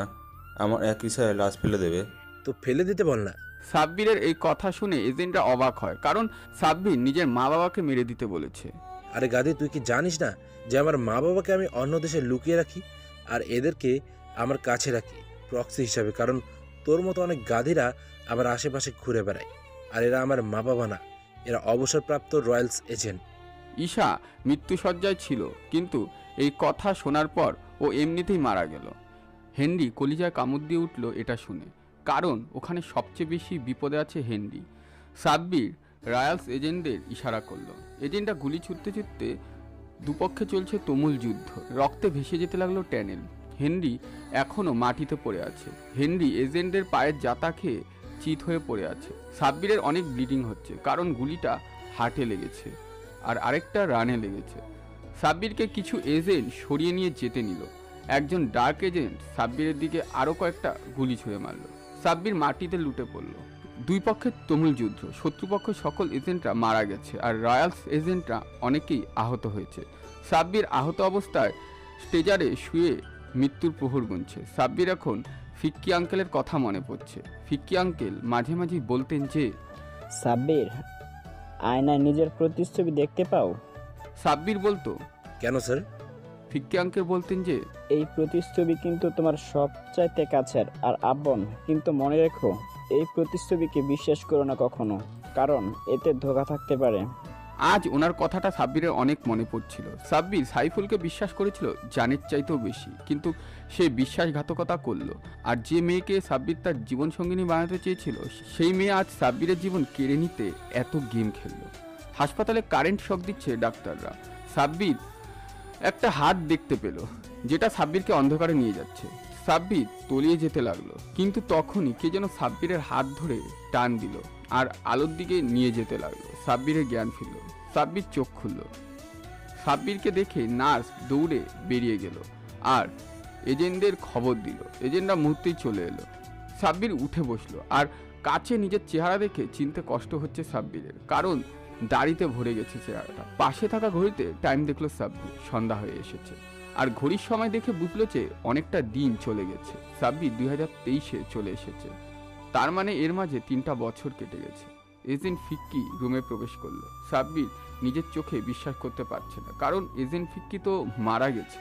তাহলে এজেন্ট ফিক্কি বলল, অবাক হয়ে লাভ নেই বাছা, আমি কোনোদিন মরিনি। আমি তো আন্ডারগ্রাউন্ড হয়েছিলাম কিছুদিনের জন্য, আর ওই লাশটা আমার ছিল না, ওটা আমার ক্লোন ছিল। আমি চেয়েছিলাম দায়িত্বটা তুমি বুঝে নাও। কিন্তু এভাবে আমাকে কত কিছু ফেস করতে হয়েছে জানেন। তারপর আবার বলল, একজন রয়্যালস এজেন্টের অনেক কিছু শেখার আছে, আর এসব তোমার পরীক্ষা ছিল, যেগুলো আমার সাজানো ছিল। আর তুমি যে হেনরিকে মেরেছো জানো সে কে? কে সে? তারপর আবার উত্তর দিল, আমার ছেলে, কিন্তু রক্তের হলে ওর কোনো যোগ্যতা নেই। ছোটবেলায় ও একটা ফ্যাক্টরিতে আগুন লাগিয়ে 150 জন মানুষকে মেরে ফেলে জেদের বসে, তাই ওকে আমি রাস্তায় ফেলে আসি, আর তারপর থেকে ও আমার জানের পেছনে পড়ে আছে। কিন্তু আমি যে আন্ডারগ্রাউন্ড হয়ে ক্রিড ব্যবহার করলাম, সেটা দেখে ও ভাবলো যে আমি আসলেই মারা গেছি, তাই আমার সবচাইতে কাছের লোককে মারতে চাইলো, আর সেটা ছিল তুমি। 1 বছর পর ফ্রান্সের একটা লোকের পাশে বসে আছি। এখন আমি রয়্যালস প্রেসিডেন্ট, যাকে অনেকে মজা করে এজেন্ট বিলিয়নারি বলেও ডাকে। সবটাই সুন্দর হলো, শুধু আমার জীবনে কোনো ভালোবাসা রইল না। এখন আর কাউকে ভালোবাসতে মন চায় না। লেকের সাইডের চেয়ারে একটা মেয়ে এসে বসলো, যেন ইংরেজ ম্যাম। আরও একবার ক্র্যাশ খেলাম। ভাবলাম সিঙ্গেল থেকে লাভ কি, আর রিলেশন করেই বা মিঙ্গেল হতে হবে তার কোনো রুলস আছে? ইংলিশও কি আজব ভাষা, তাই না? আমাকে বলছেন? আমি যার তার সাথে কথা বলি না। ও, এর মানে আমি স্পেশাল কেউ? হতেও পারেন। ও তো ইংলিশ আজও বলো কেন? এই যে যারা মিস না, তাদের মিস বলতে হয়। ফ্লার্টিং করছেন আমার সাথে? আপনি তো পটেই গেছেন, ফ্ল্যাটিং করবো কি? খুব চালাক তো আপনি। একটু চালাক না হলে দুনিয়াতে টেকা মুশকিল। ও, তো উদ্দেশ্য কি? উদ্দেশ্য আর গন্তব্য তো অনেক দূরে, কিন্তু আমার সাথে যাবেন তো? যাব, কিন্তু নিজে পায়ে হেঁটে না। কোলে করে নিয়ে যাই। যা দুষ্টু। বেডে শুয়ে আছি ওই ম্যামের সাথে, তখনই ফোন এলো মিশনে যেতে হবে।